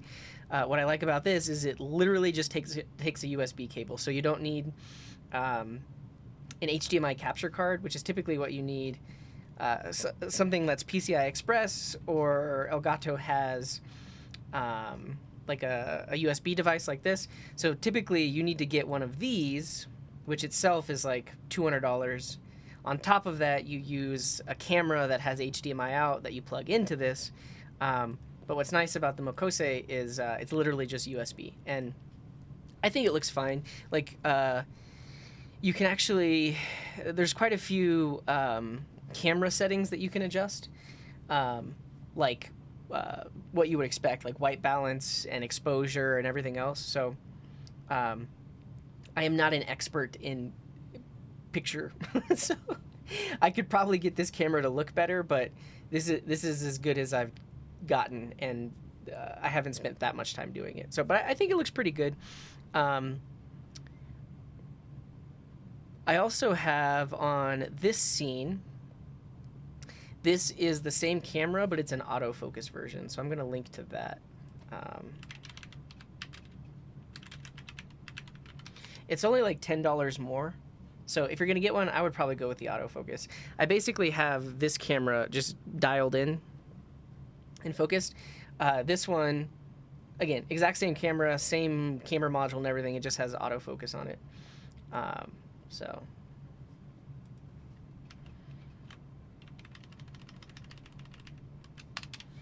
but I originally got these cameras to use for IRL streaming, like because I was building out an IRL streaming backpack.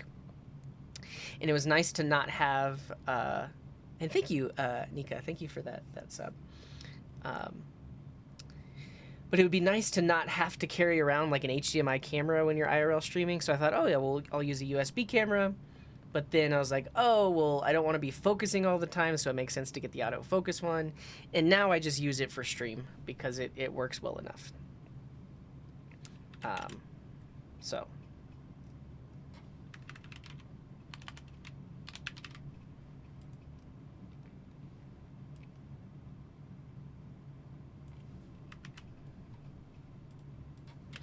I use this as my main camera, and then we'll add the autofocus version.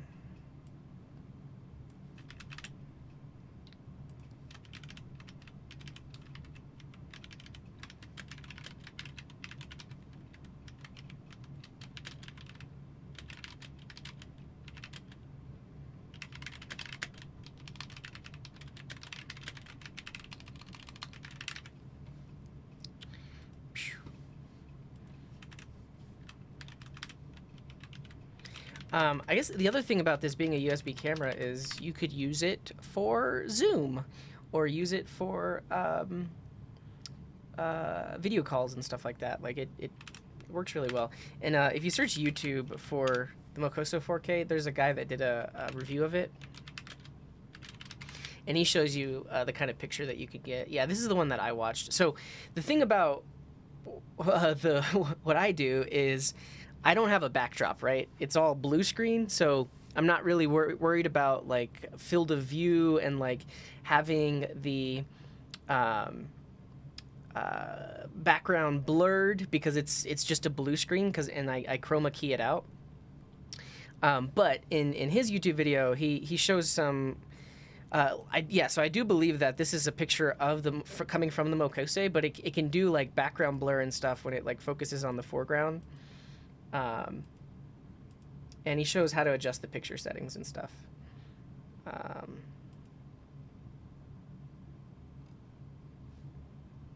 Is this the one though? Did I watch him do the comparison? This looks like the video I watched. I watched this video and it sold me on the camera. I was like, yeah, I'll try it, and it works well enough. Probably play with Fetties. I think the issue with it being a 4K camera is that if you're using it as 4K, it's going to be the data stream is going to be slower than 1080p because it's more pixels. But it does support 4K. I'm actually just using it with 1080p. I'm not using 4K.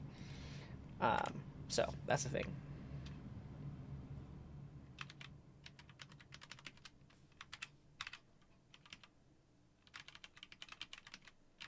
But yeah, like if you have like an NVIDIA Jetson or something like that, and as long as that has USB 3 ports, then something like this I think would make sense.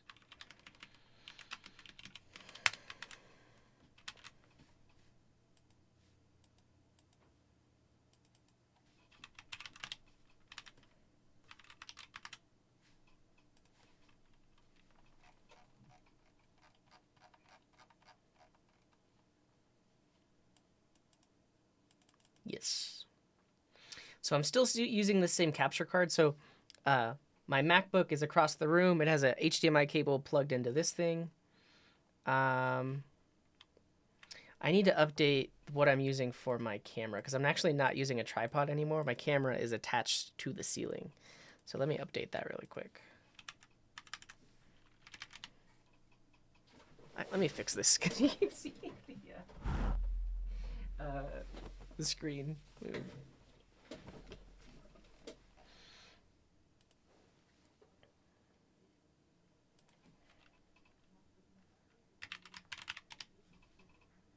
Yeah, zip.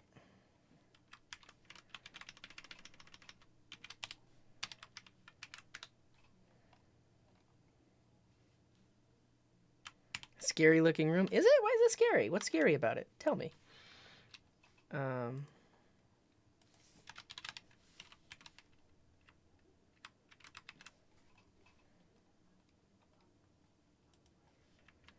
It's not hot in here. No. I don't think I have my I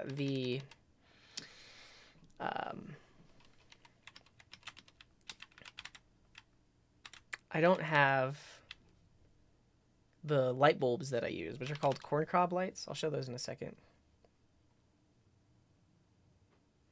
The sterile, I guess. I guess this could be a room, like the killing room or something like that. I don't know why I would have blue on the walls for this, but this is what my camera is actually attached to. So I have this mounted to the ceiling, and then the camera can move up and down. So right now I'm sitting, and so it's almost as low as it can go. But whenever I'm standing, I can raise it up, and I just have to adjust it manually.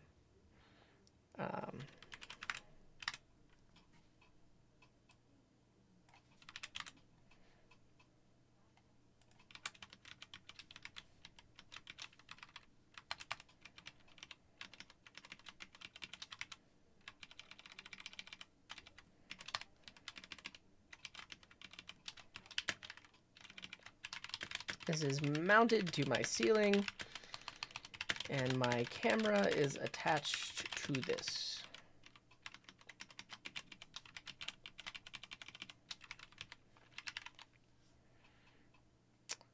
Let's find a good image. This one.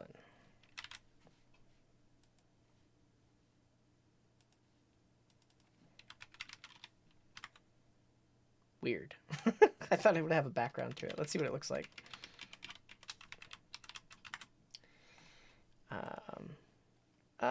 I don't like the way that looks. Let's pick a different image. This one? Yeah, this one. Yeah.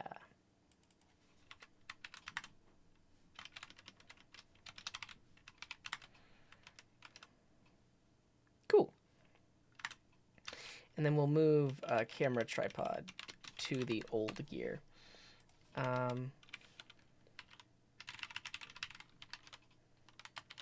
Yeah, I need to add the affiliate tag. I need to memorize it. It's Coding Garden W-20.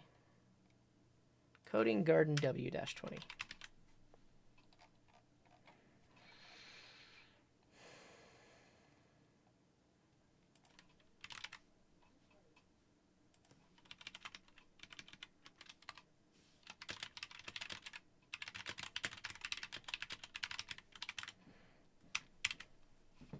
Great. Webcam clamp mount. I'll just update the description because the studio cam, that one right there, is mounted to this little arm, so it could be adjusted like this. Ooh, or I mean, you can see how messy my room is. Oh, and I guess I can show you this. So this is what's attached to the ceiling. That's the camera right there, and then I have a little ring light on it.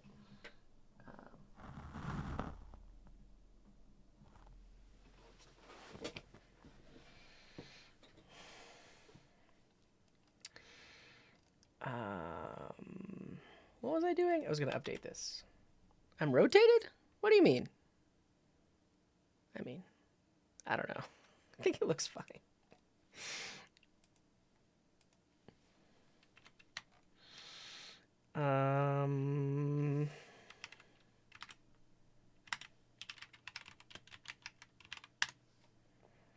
I use this for the behind the scenes / studio USB camera.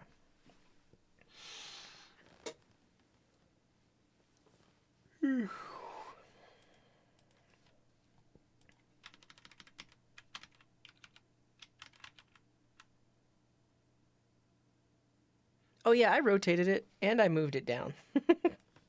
I made it so that you couldn't see behind this screen. I mean, I could do like that.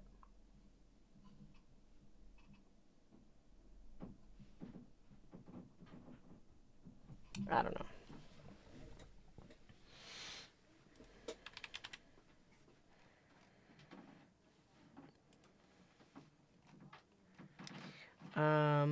I still use this mixer. I'm gonna move these headphones to a different section. Really, I think that's why I need a separate section that is just like the music section. I'll get this started, but I won't add it to the page.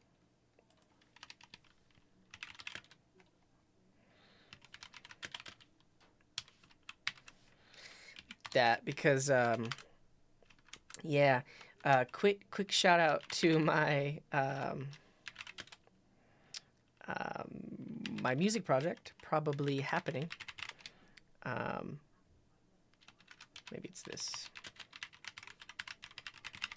Thank you for doing that. I make music over there, and I use these headphones when I'm making music. But I think for like a week I use them while streaming, but I don't do that anymore. Um,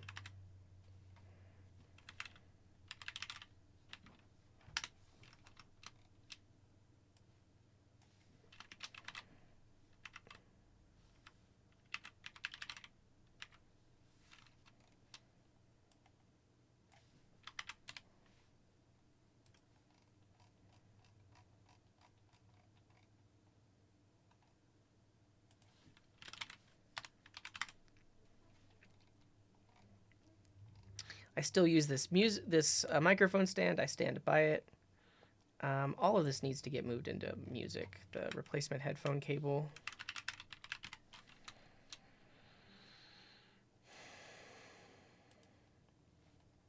TRS cable.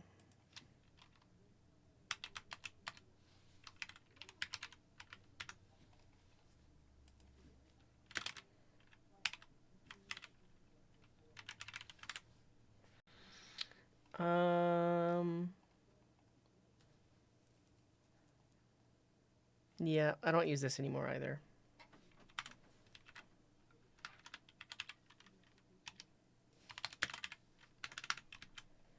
What's that about, Imers? Oh, you were trying to do gear? Is that what it was? Yeah. Ever thought about coding a music visualizer? Yeah. I haven't done a lot of like creative coding stuff though. I know Alka has. I've watched him do some interesting like music visualizations.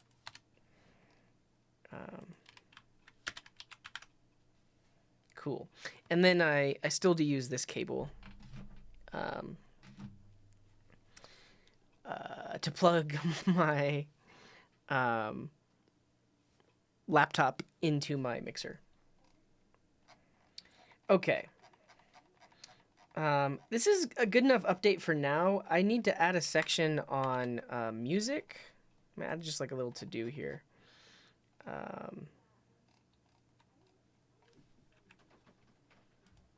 A nice look. Yeah, I know you couldn't see it. Here, I'll try to make it so that you can see. This is all it was going to show. I mean, and technically, I actually just have a little converter, but I'm not going to put that on my gear page. You could figure out this, but this is just a RCA cable to 3.5 millimeter, and then I have a 3.5 millimeter running across the room, plugged into my laptop, and then these two pieces are plugged into the mixer. And this makes it so that if there's music playing on my laptop, you can hear it on stream. I guess I can show this for a second.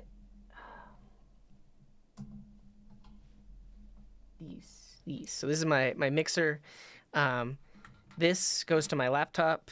This is the microphone.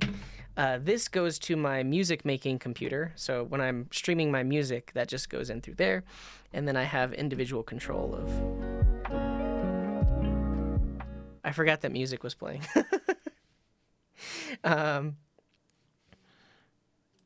But this knob controls the audio of my streaming computer. So I can control the levels of the music from my streaming computer, and then this knob lets me control the levels of the music from my laptop. This lets me control the levels from my music making computer, and then this lets me control the levels of my microphone, like that. So,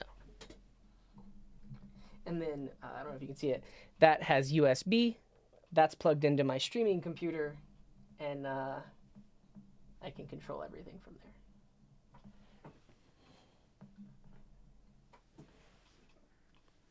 I like that angle better. Okay, what was I gonna do? We're gonna add a to-do down here. To-do, add music section. To-do, add lifestyle section.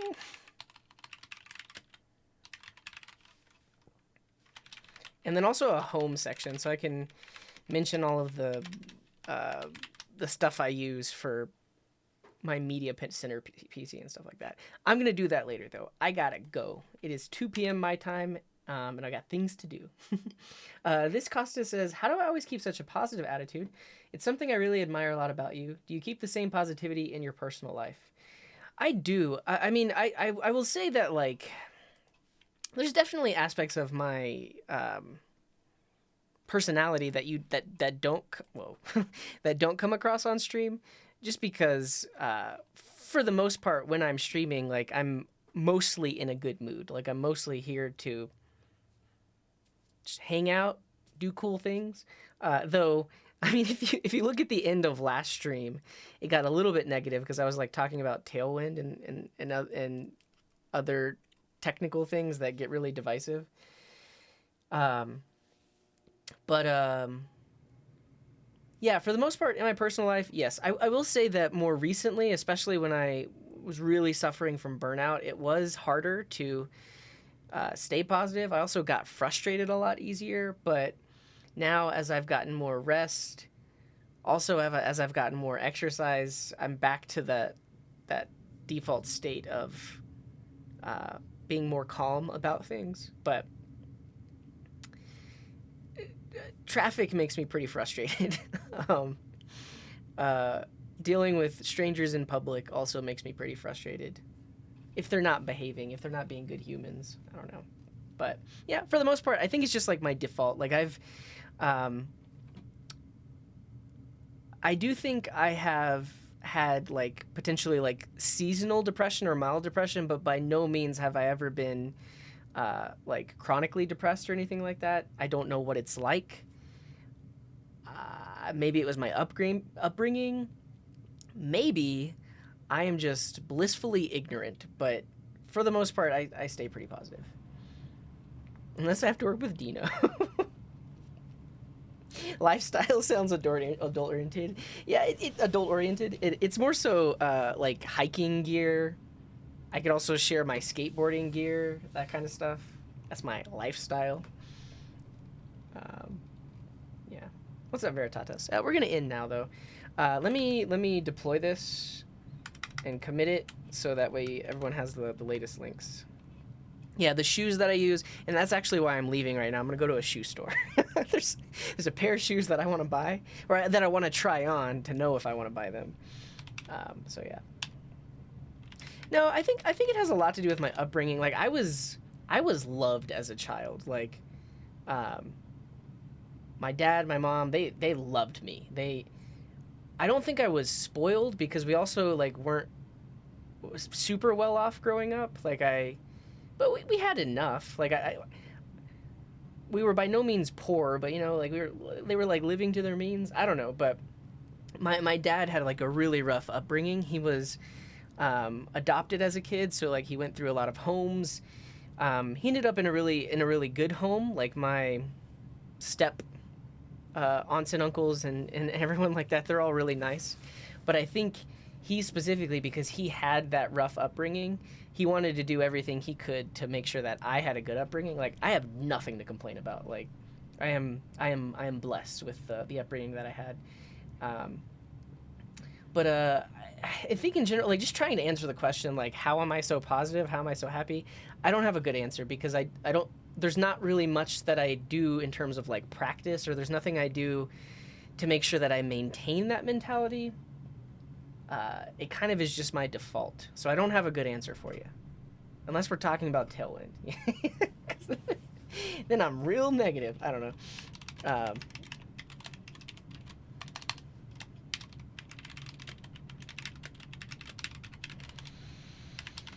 Cool. Nothing but Tailwind to complain about. Yeah.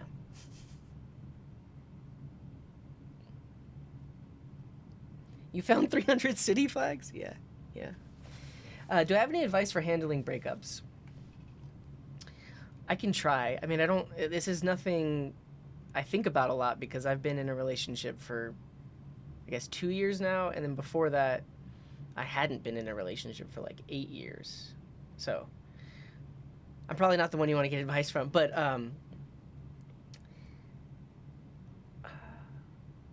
well, let me try to give advice. So you were dating. You might have been even in love, right? You felt you were in love.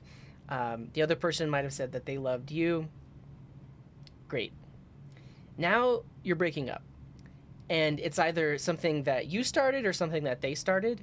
But immediately, what that means about the relationship is that one of you is not happy in the relationship. If it's not you, then that's really hard to deal with.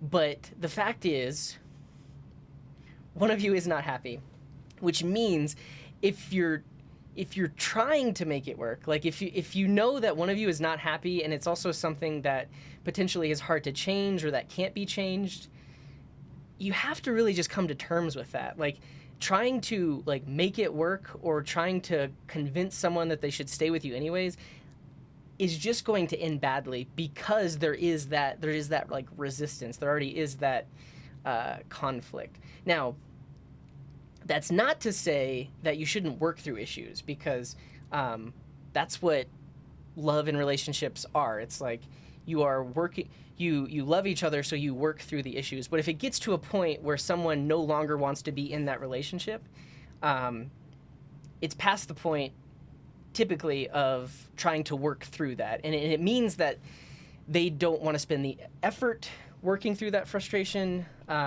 or they've just moved on. Maybe they found somebody else. I don't know. So my advice is accept it. I guess acceptance is the first step. Like, it happened. The fact that you're asking advice about it probably means that you didn't initiate it. You are the person that is being broken up with. But yeah, accept it. Like, move on. Find somebody else.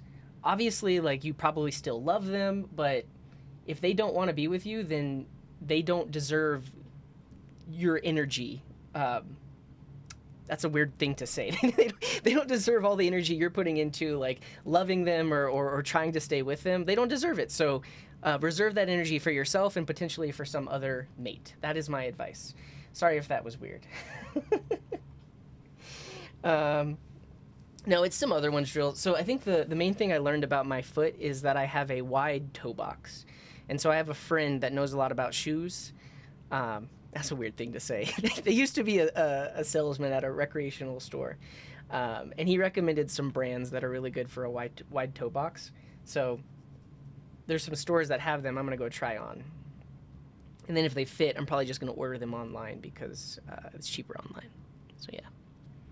So I'm sorry if that got weird, this ketosis. Hopefully that helps. Really, my advice is acceptance. Like, it's already happened. You got to just move on with your life. And at this point, like, if they're the one breaking up with you, like, they don't deserve the energy that you're putting into it. Like, focus that energy somewhere else. Yeah.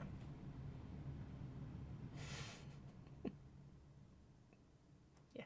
All right, let's get out of here. Thank you, everybody, for hanging out with me today. This was fun. What are we showing you? What am I showing you? I don't know what you're referencing, Razorson, but I'll deploy this website after the stream is over. You can check it all out at coding.garden/gear. And this has all the stuff I use. And you might not have noticed it, but there's 2 links. So if you click the direct link, there's no Amazon tracking. If you click the affiliate link, I'll get a small cut if you... Actually, you don't even need to buy the thing. If you click on one of my affiliate links, then regardless of if you buy something here, anything you buy on Amazon within the next like day, I'll also get a small cut of. So if you want to support me, that is another way to support me as well. Oh, the shoes. I'm not going to show you the shoes. If I buy them, I'll show you the shoes. Yeah, all of the links are Amazon links. Yeah. Okay, here we go. Again, thank you all for being here. I appreciate you. Thank you, Namaste Geek. I appreciate that. We're going to go on a raid, though, so be sure to grab one of those raid messages. If you're a sub, you can use this raid message. If you're not a sub, use this raid message. And be sure to check out the schedule. I'll be live tomorrow at a different time. So I'll be going live an hour from now tomorrow. So in 25 hours, I'll be live. But if you check out the calendar, you can get a precise timing on that. Okay, wherever you are in the world, have a wonderful morning, afternoon, evening, or night. And until next time, here's this.